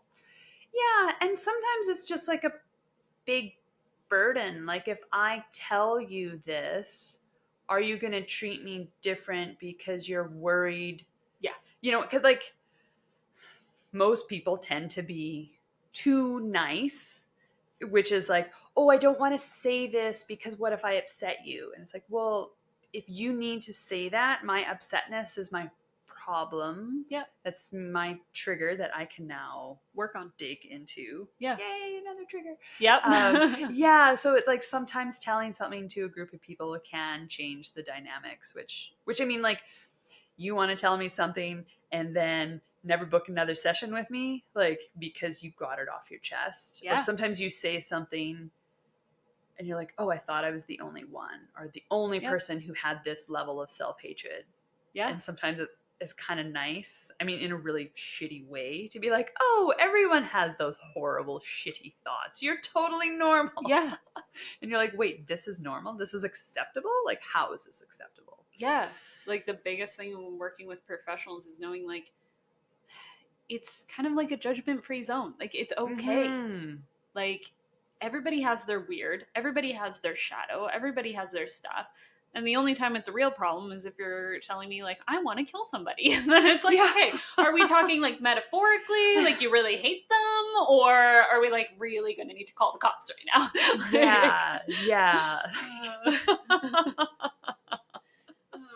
But, it's just really nice to get that support from people, for sure. Because this is a journey that, like, this, I always think, if we go back to myth and mythology and you look at, the hero's journey, which I think shadow work really is a hero's journey, typically there's some sort of guide. Mhm. And it's either like a wise old person or it's a trickster, kind of like, you Yeah. think Alice in Wonderland, she had the Cheshire Cat. Yeah. The Cheshire Cat never led her astray. He didn't give her the answers, but he Yeah. did warn her of things. He did help her, just in a not super helpful way. Yeah. But she learned so much, and sometimes you learn more on those little side quests. Yeah. And so I think having that sort of guide to like help you be like, yes, this is normal. Keep going. Keep going. It's gonna get darker and shittier, but soon it will get better. Just sounds like parenting. Like you have to let your kid fall. Yeah, And it's for like, sure. You're gonna learn that when I say something spicy, if you put it in your mouth and it starts to burn, you'll learn it's spicy. I can say it 1,000 times, but until you actually do it, you don't understand truly what spicy is. Yeah. So it's like, yeah, go on that journey. Have fun. Yeah. And it's most humans, we want to like physically experience the thing. Like, how many things do we know? Yep. But I need to know it here Yeah. before I can truly integrate it into my knowledge base. Yeah. And spice is one of those. Oh, God. You're like, but what do you mean? Your eyes will water and your nose will feel off. Like, Oh, God. I don't like. I know the words, but I don't know what that feels like, and so I Yeah. have to experience it. Or burning from the inside. I Like, know. that doesn't make sense. What do you mean? How can my insides be burning? I know. It's like, You're it's like, ah, oh, yes, that'll be yeah. it. Yeah, it's all a fun little journey. It is, yeah. And I think it's a necessary journey, and I don't think you can parent in a way that your kids won't have a shadow. 100%. I do see that a lot where people are like, oh, I don't want to pass this on to my kids. And it's like, well, you're going to pass something on to them. Yes. And so you can't, like, I think growing individually and doing that journey is part of what it is to be human. And Yes. so you either put, you can't choose how they are going to interpret your behavior and how they are going to interpret how they need to show up. So I think if they can watch you grow and watch you shift and change and know that, like, oh, mom apologized, or dad doesn't yell like he used to, he has changed. And then when you get older, you can also have those thoughts. But, oh, I remember dad used to do this behavior that I am starting to exhibit, but then he changed. Maybe I can change too. Yes. And it's knowing that you can always change. Mm-hmm. Yeah. Yeah. Because a lot of people feel stuck and they're like, oh, but, I'm turning into my father and that's just the way things are. And I hate who I'm becoming, but that's who I am. Yeah. And it's like, no. Yeah. That's who you were unconsciously programmed to be. But once you make the unconscious conscious, you can choose. It's like the seasons. We have summer. It could be sunny every day for 30 days straight. And then one day it could rain. Yeah. And it's like, yeah, things change. That's literally the point of life, is everything changes and nothing is permanent. There is not one thing in this world that is absolutely permanent. Taxes and death, isn't that the... I don't know. Even then, the taxes change. That is true. It's like they keep going up. Yes. And death keeps hopefully getting longer and farther away. But it's like everything changes. But I don't know. I always joked that when I did have kids, instead of saving for a college fund, I was going to save for a psychiatrist fund. I'm like, I know I'm going to screw them up. I just don't know how yet. I'm going to do it. Yeah. Yeah, I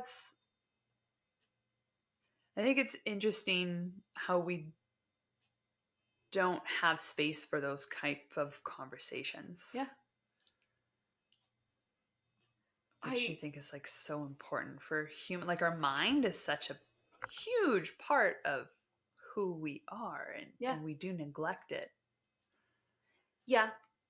I also don't enjoy the bypassing that I find can happen sometimes, especially when dealing with parents and stuff, where it's like, well, I did the best I could. And it's like, okay, but can we still talk about the fact that this sucked and it hurt me. Just because it was the best you could doesn't mean we've worked through this. You're now saying that, like, I need to do this all on my own, which, yes, sometimes you do. Yeah. But sometimes it is a conversation for mutual healing. And it's...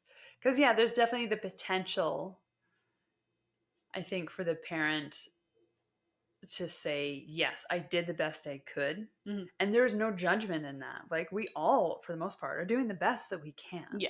And a lot of the times we do fall short. Yep. And so it's, you know, do you have space for yourself as a parent to say, yeah, I couldn't do it then. Yeah. But now I see where I went wrong. Yeah. And you know, and it's really hard, I think, sometimes. A lot of times with shadow work, you do tend to, like, you know, the veil kind of gets lifted and then you're like, oh, I see all the times I was acting unconsciously and I'm kind of ashamed of how I acted or how I treated people. And so sometimes it's easier to just be like, well, I don't want to talk about it. I don't want to see it. Yes. Because then you'd have to admit that, like, you're human. You don't have it all figured out. Yep. And, like, you hurt someone that you deeply love and care about. Yep. And it's really hard to admit that. Yeah. Yeah, one of the things for me personally that I went through was I had this, like, you have these stories in your head that you play out. And with some of my past relationships with friends and stuff, I was just like, I had these stories about them and why we aren't friends anymore and stuff like, oh, they didn't show up for me, or like they were never available for plans, or like they'd cancel all the time, and especially cancel all the time. And then I went through some old messages because I don't delete absolutely anything. So I went through old messages on Facebook to clear them out. And I was looking at some of these conversations and realized I was canceling all of the plans. That's why we didn't do things. They would message me and then it would be like months and months later, I would message them back and stuff like this. And I was just like, oh, I had this played out in my head a totally different way. And some of this was my fault. So now it's like, now moving forward, like I can't change that, but moving forward with my new relationships, I make a point of like, hey, if I told you I am going to be somewhere or do something with you, I will always show up unless like something actually is wrong, and I will talk to you about it. But I literally maybe cancel like one thing a year now. Yeah. And it's like, before it was like every time I would go to get ready to leave, I felt a little crummy because I wasn't taking care of my mental health. And so I was like, oh, I don't really feel like going out and spending time with people because I didn't rest properly. And then I would cancel on them. So it was like, I didn't want to be social because I was closing off and I needed to rest. Or sometimes it's like, oh, I'm closing off, but if I went out, I could rest in their company. Yes. Because I don't know how, I've been in a situation multiple times where I'm like, I do not want to go out. And then as soon as you go out, you're like, oh, I actually feel so much better. And actually I needed this out of my house, maybe to put on clean clothes, maybe to brush my hair, or just like hide it under a toque. I don't know. Yes. Yes. Yeah. I will show up to friends' house in my pajama pants. I don't care. I don't care. Like, same as you can tell our level of friendship is when you come over, if my house is spotless, I don't trust you yet. And it's like, if there are dishes on the counter or in the sink and you can tell I haven't swept or vacuumed, we're good. Yeah. It usually only takes a couple times now, and then I'm like, okay, I'm gonna stop cleaning for you. There will be socks in the middle of the floor because I have 3 dogs and they like to play with them. That happens. Yeah. So one of the things you talked about though was like the golden shower. Oh, Freud. Right. Okay, so the funny part about that is when I was thinking about it earlier to ask you about it, I was like, just don't say golden shower. And then I was like, totally. Yes. Oh, that's great. Golden shadow. Yeah, that one. So you're the only one I've heard talk about it. So like, what is it? The golden shadow is parts of ourselves that are our best qualities. And so, you know, if you were a little girl and you got told you're being too bossy. Yeah. Well, some little girls are you ever like watch kids play? There's always like one who's like, now you do this and you say that and this is how the game goes and da da da da da, and they've got it all orchestrated, and there's other little kids who are like the worker bees. They're like, I don't care, whatever. So and so's telling me what to do. It's easy. But this is a lot of our nature and sometimes what we're really good at. So if she gets yelled at and then shuts down, you know, stop being so bossy. Yeah, but you know, you've also shut down her leadership skills. Yeah. And you know, there are some people who like to be high up in some of those corporate managers, they have to have like their finger in all the pies. They know what's going on. They're juggling like 200 balls. I'm like, I'm a worker bee, man. Like, I can't do that. So sometimes what gets shut down is what we're really meant to be and to do. Yeah. And so it's the golden, but then sometimes we're also really afraid, probably more afraid of that, because then you're like, but if I become the boss, will I get kicked out of my group? Yep. Will I become this horrible person? Or like it's bad, but it's bad to be bossy. And it's like, not in certain, like, yes, it's bad to be an unethical boss. Yes. But you can be a very good boss, right? And tell people what to do in a loving way, and you can give them guidance and you can mentor them and you can do all those things. It doesn't mean you're going to be a horrible person. Yeah. And so sometimes, and so the way to identify a golden shadow is, you know, when you look up to someone. So if you're like, oh, there's such a, talking to someone who's like, oh, they're such an elegant speaker, they're like just so kind, and you know, and so it's these things that we really admire that we don't allow ourselves to act upon. So it's like, I was like, you are also very well spoken, and I think you're quite intelligent, and like, why can't you see that in yourself? And other people can, everyone else can, and they'll be like, what, you don't think you're this? Like, you're 100% that. Like, so, and this is again where sometimes it's really nice having another person help you with your shadow work. I mean, no one can do it for you. But if only. Oh my goodness. Wouldn't that be nice? I would pay so much. I know. I was like, you could charge like $5,000 a session if you could just do my shadow work for me. I would pay for that. Because there's a lot of things that were like, oh, but that's not me. I could never.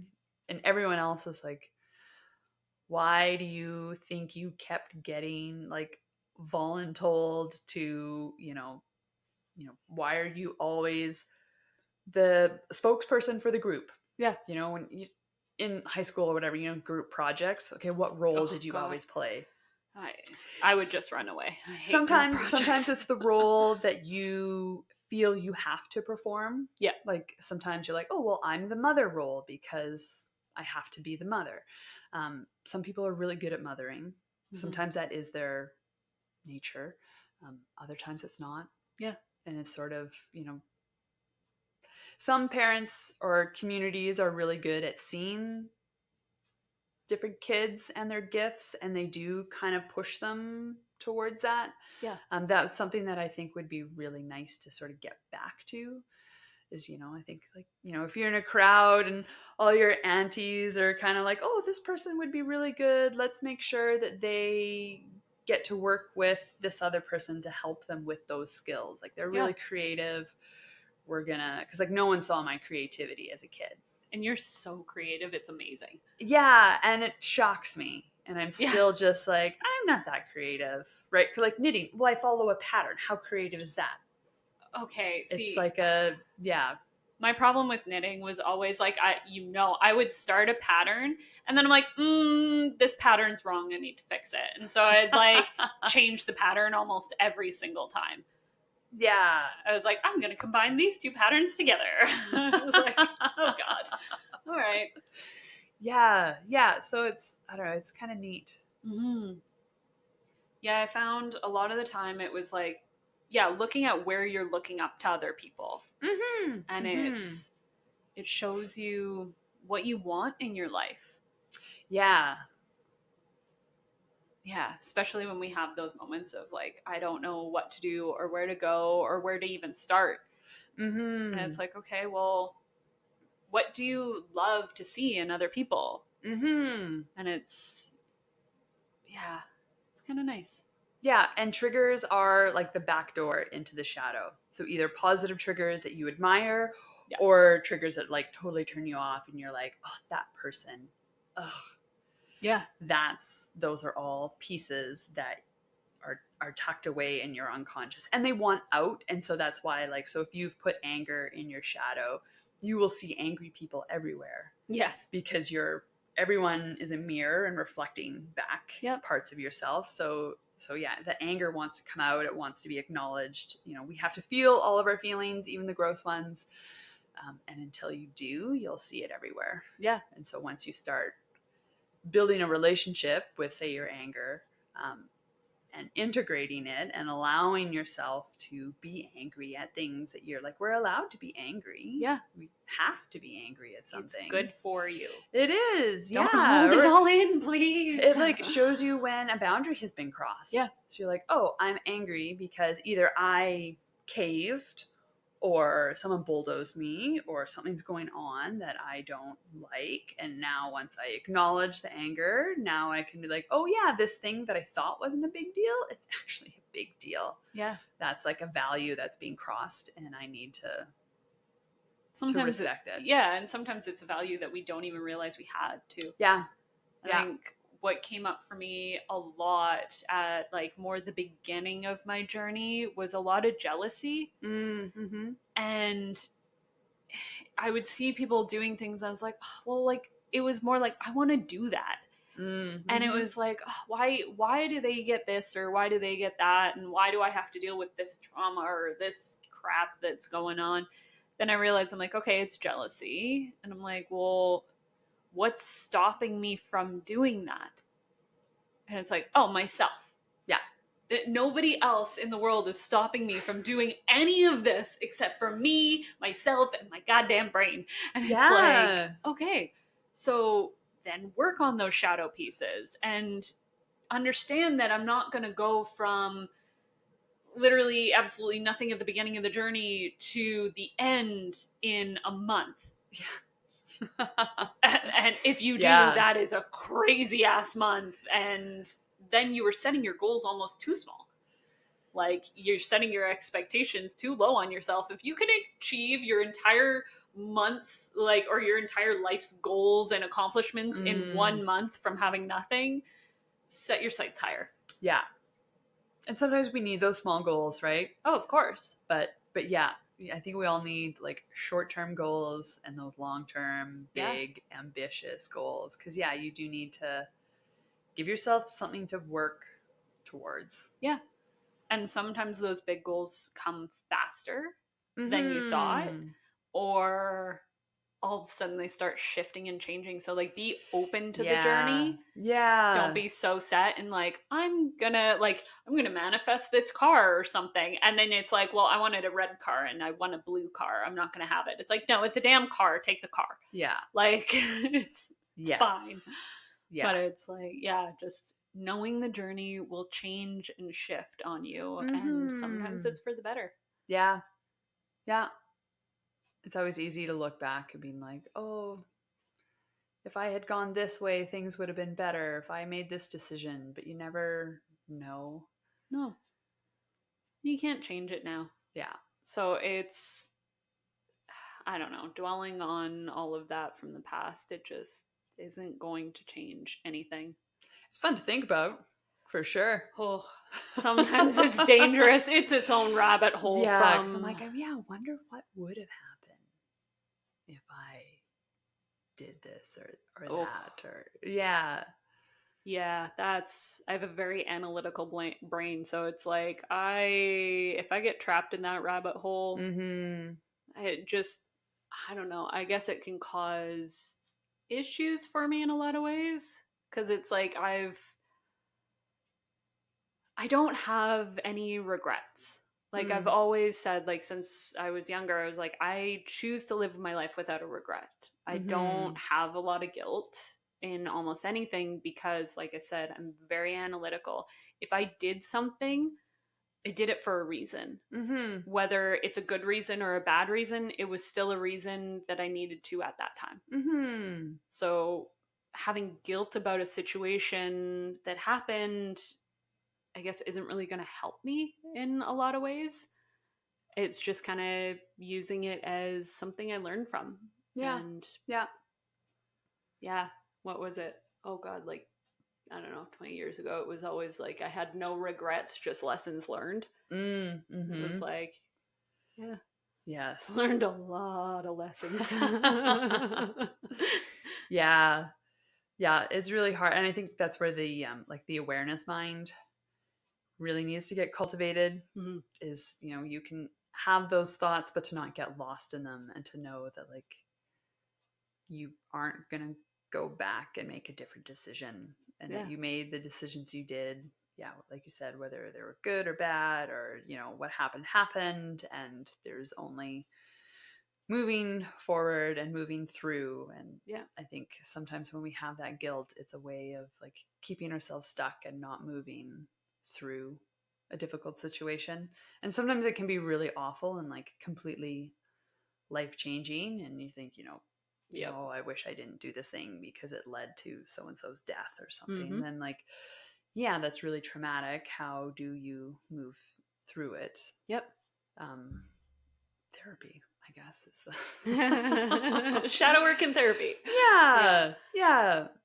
Or if you believe in multidimensional things, it's like, hey, there is a life or a version of you out there somewhere that did make that choice. So just enjoy that. Or what if that was like, I don't know, I read a book on like past lives, and it was for hypnotherapists who like go into past lives. And so that kind of like messed me up because I was like, they were talking a lot about like soul contracts, and I'm like, well, so what if that person that died because of a decision you made, what if that was an agreement and that was your lesson to learn?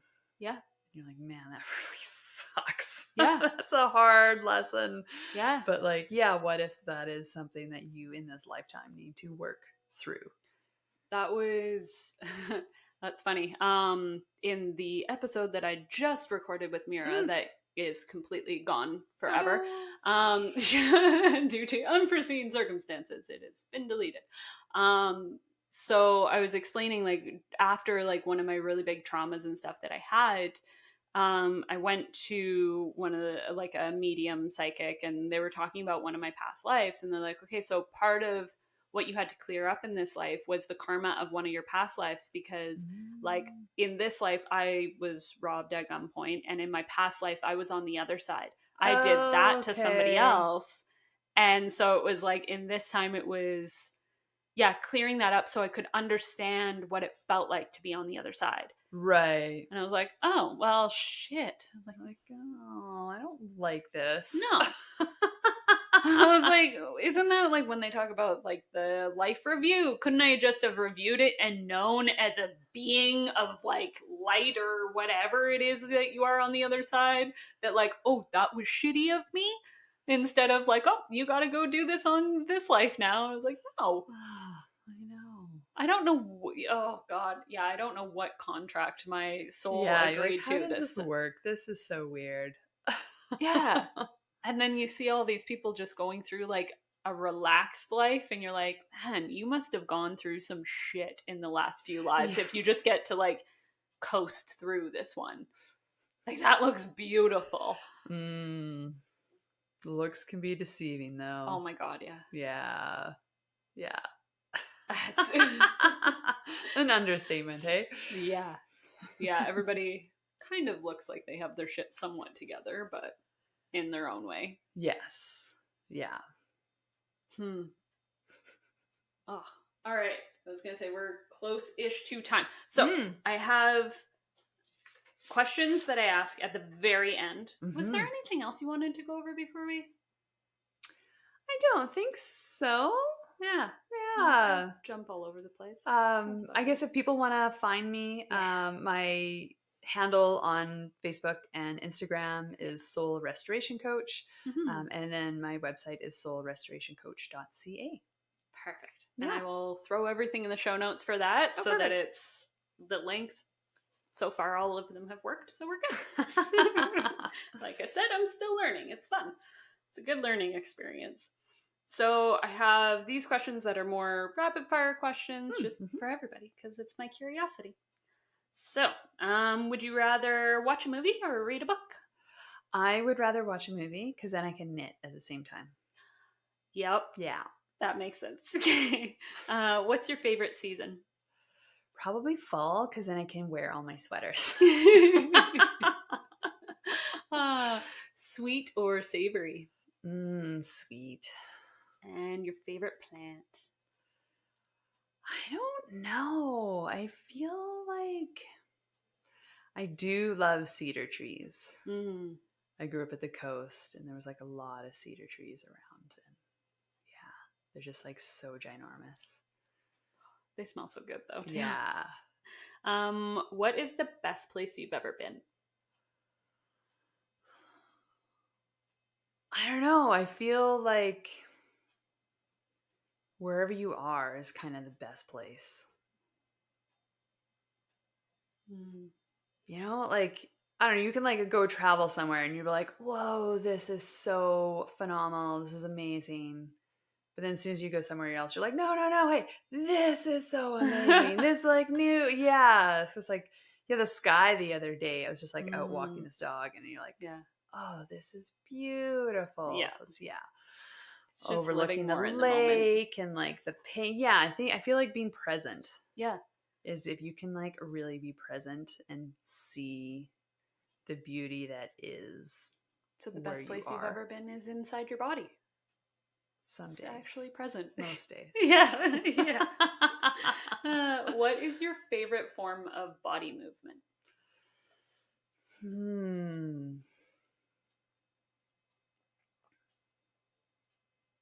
I like physically doing things, which does not answer your question at all. I'm sorry.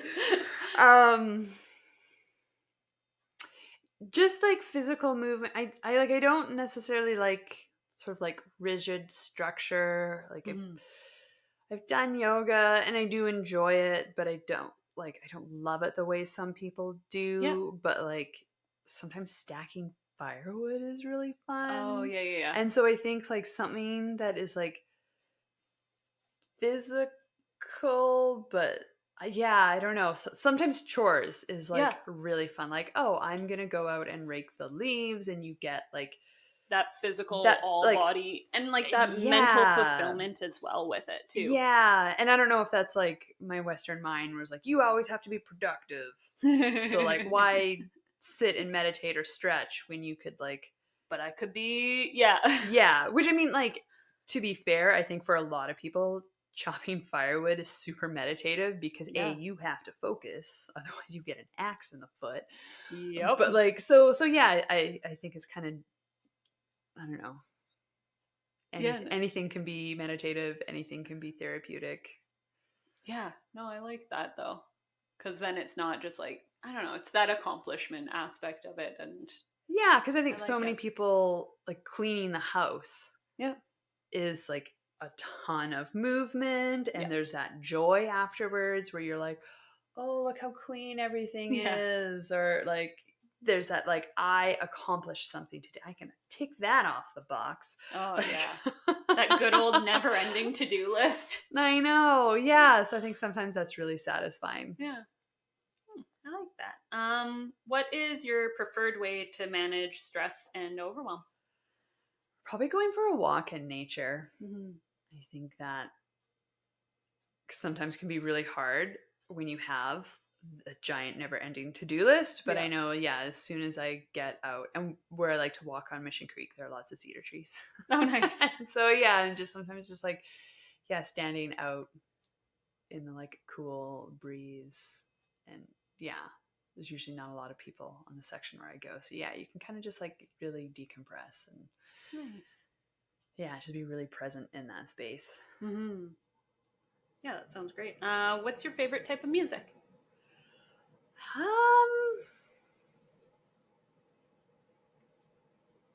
Depends what mood I'm in. Yeah. Yeah. Yeah. I it change. There's sometimes you put on music that you love and you're like, not today. Yeah. You're like, I need something, yeah, like with more of a beat or Yeah. something like mellow, or if I need to focus. Yeah. There's like different, yeah. Recently for focusing, I've been listening to like Japanese trap music. That is so random. I love it. But if I'm having a bath, I want like Celtic folk music. Yeah. Yeah. And then just for like day to day cleaning up around the house or whatever, I've been listening to like a lot of like Southern Gothic music. So it's like, That's great. yeah. Yeah. It's a pretty, I always love like the like year rap Spotify where it's like, you've listened to like all these different genres. Yeah. And yeah. So it's kind of like, oh, this is what is going on. Yeah. It's Yeah. like, because I don't know. I never know what's going on or what I listen to or, yeah. Yeah. It's kind of just what you're feeling in the moment. Or sometimes that's honestly why I like listening to the radio every once in a while. Because then a song will pop up and I'm like, I haven't heard this forever. And I was like, yeah. It's just more enjoyable when it's fleeting and not something I can rewind or pause for later. And it's like, oh, I just have to take this moment to enjoy this song. Yes. Yeah. What is the best mythical creature?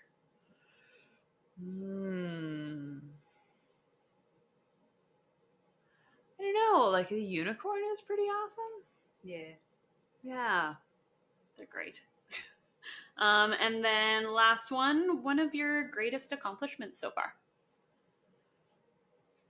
Probably like quitting the job that I worked so hard to get because it was making me miserable, and like I think acknowledging that I couldn't make it work, and not just like switching, like getting a job at a different organization but in the same field, because I did a lot of self-reflection about that and talked to other friends working in the same industry, and I was like, you know what, it's the same shenanigans in every organization. Like, I can't do this. It doesn't matter how hard I try. And I had to really step out on a limb, and I don't even know if trust myself is the right word, but like, I'm picturing the fool's card as he's like blindly walking over the cliff being like, yeah, I hope this works. Yeah, or like, I just know I can't stay here, and I don't know what the future holds, but I have to go. And so I think that was my biggest accomplishment. Yeah, it's kind of honoring yourself in that way. Yeah, and just like,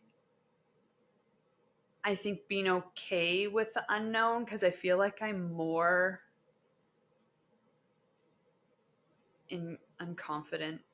I feel like like end of high school, they're like, what do you want to be when you grow up? And so you kind of like have this like false sense of confidence. And I feel it's like as adults, as we get older, we like, the more we realize how dumb we are and how little we know about the world. And then now I'm like, how little do I actually know about myself? Oh, yeah. And so there's just sort of this whole like, wow, I know nothing. I know so much and I know nothing at the same time. And like being really okay and uncomfortable in that unknown space. That's such a good place to be, though, because then it's like, you know that you have growth and you have opportunity for growth. Because if you don't see that you don't know something, like, you have nowhere to go and nothing to do. Or the problem is always out there. Yeah.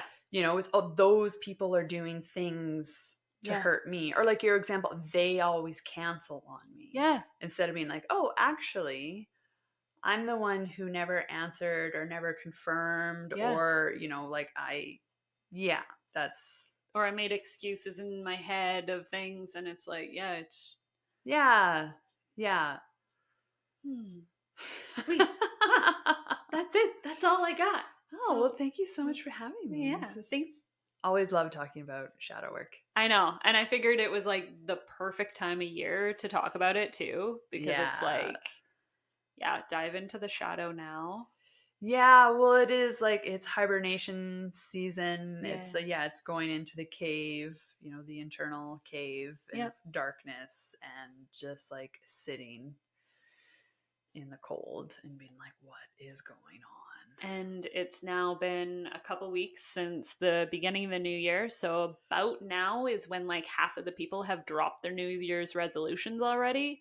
So it's like, instead of beating yourself up, maybe look at the shadow as to why it was a New Year's resolution and what you can actually do to accomplish it later on, instead of beating yourself up and thinking you're not good enough. Just Yeah, and so often like we pick goals that deep down we know we can't actually achieve yeah. to keep ourselves in the same spot. Mm. So instead of choosing an achievable, realistic goal, Yeah. we choose something that we can then say, well, you didn't accomplish it because you are X, Y, and Z. You're not good enough. Yeah. You blah, blah, blah, blah, blah. And so it's like, oh, but I actually picked a goal so I don't have to change, even though I want change, but I unconsciously don't want to change. If you make a small goal, it's doable. If you make a big Yeah. goal, it's overwhelming and you shut down. Yeah, yeah. Yeah, there's a really good book, Tiny Habits. And so it's about like yeah, if you want to shift, like have these tiny Yeah. habits. So it's like, if I want to like work out more, it's like maybe I'm going to do one push up a day. Yeah. And then you just always do that one push. And someday you'll probably end up doing 5 or 10 or more, but like the bare minimum, the bar is low. Yeah. And then you can actually make progress and change from there, instead of being like, I'm going to become Yeah. like I'm going to run for 2 hours every single day when I haven't run in 5 years. Yeah. Yeah. And it's like, what, minus 25 out today? So Yeah. if you tried running today, like, could you imagine what your lungs would feel like? So bad. So bad. Yeah. I learned in Edmonton, because it gets so brutally cold there, that you literally have to wear like a scarf or a covering over your mouth, because if you breathe in the air normally, it will actually ice up your lungs. And I'm like, oh, Jesus. Like I never would have. Gross. Yeah, that's horrible. Yes. But even with like the habits and stuff, one of the books I read a while ago was talking about like build up those habits slowly. Mm-hmm. Don't just go overboard. So it was, if you want to go for, say, an hour-long walk every day, start by just like every single morning, just put your running shoes on. You don't even have to go for a walk. Just get up, put your running shoes on. Create the and habit walk around of the putting house. on the shoes. Yeah. And then it slowly builds. Yeah.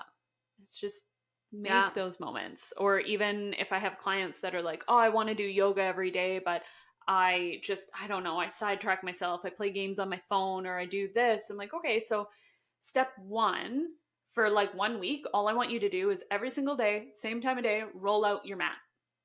Step 2, you can play games on your phone, but I want you to sit on your mat while you're playing games on your phone. And it's like, just start to build that up. So it's like, oh, well, I'm here anyway. I may as well put down my phone and just stretch my neck for a second. Yeah. Or I can stretch while I play. Yeah. I have stretched and knit at the same time. I'm like, I'm not doing either of these well. I should really be present in one or the other. But like, it's hilarious. Sometimes when you're like doing a groin stretch, you're just like, well, I have to hold this for a long time. I'm just going to knit while I do it. Yes. That sounds about right. Yeah, I'll like do yoga and try to multitask all the time. Like, yeah, I'm pretty sure we're not supposed to do that. Mindful, be mindful, be present. Yeah. Sometimes it's hard though, because then we beat ourselves up about not doing it good enough or better enough. And it's like, okay, at least you're trying.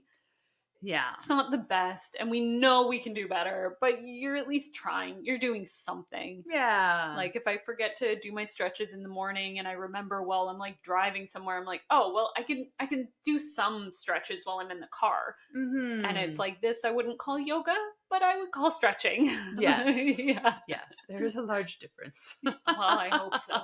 Not to all people, but yeah. It's like I'm doing yoga in the car. It's like, no, you're not. No, you're not. You're stretching. Please stop calling it that. Yeah, exactly.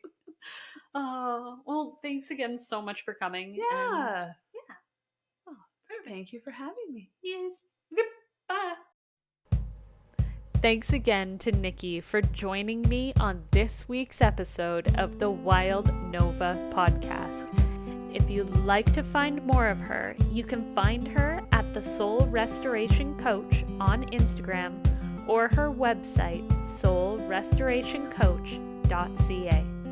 If you found any resonance in today's discussion, don't forget to share, subscribe, and leave a review. Your engagement really means a lot to me. Connect with me on YouTube, Facebook, and Instagram at the Wild Nova Podcast. If you have any questions or comments, you can email me at info@wildnova.ca.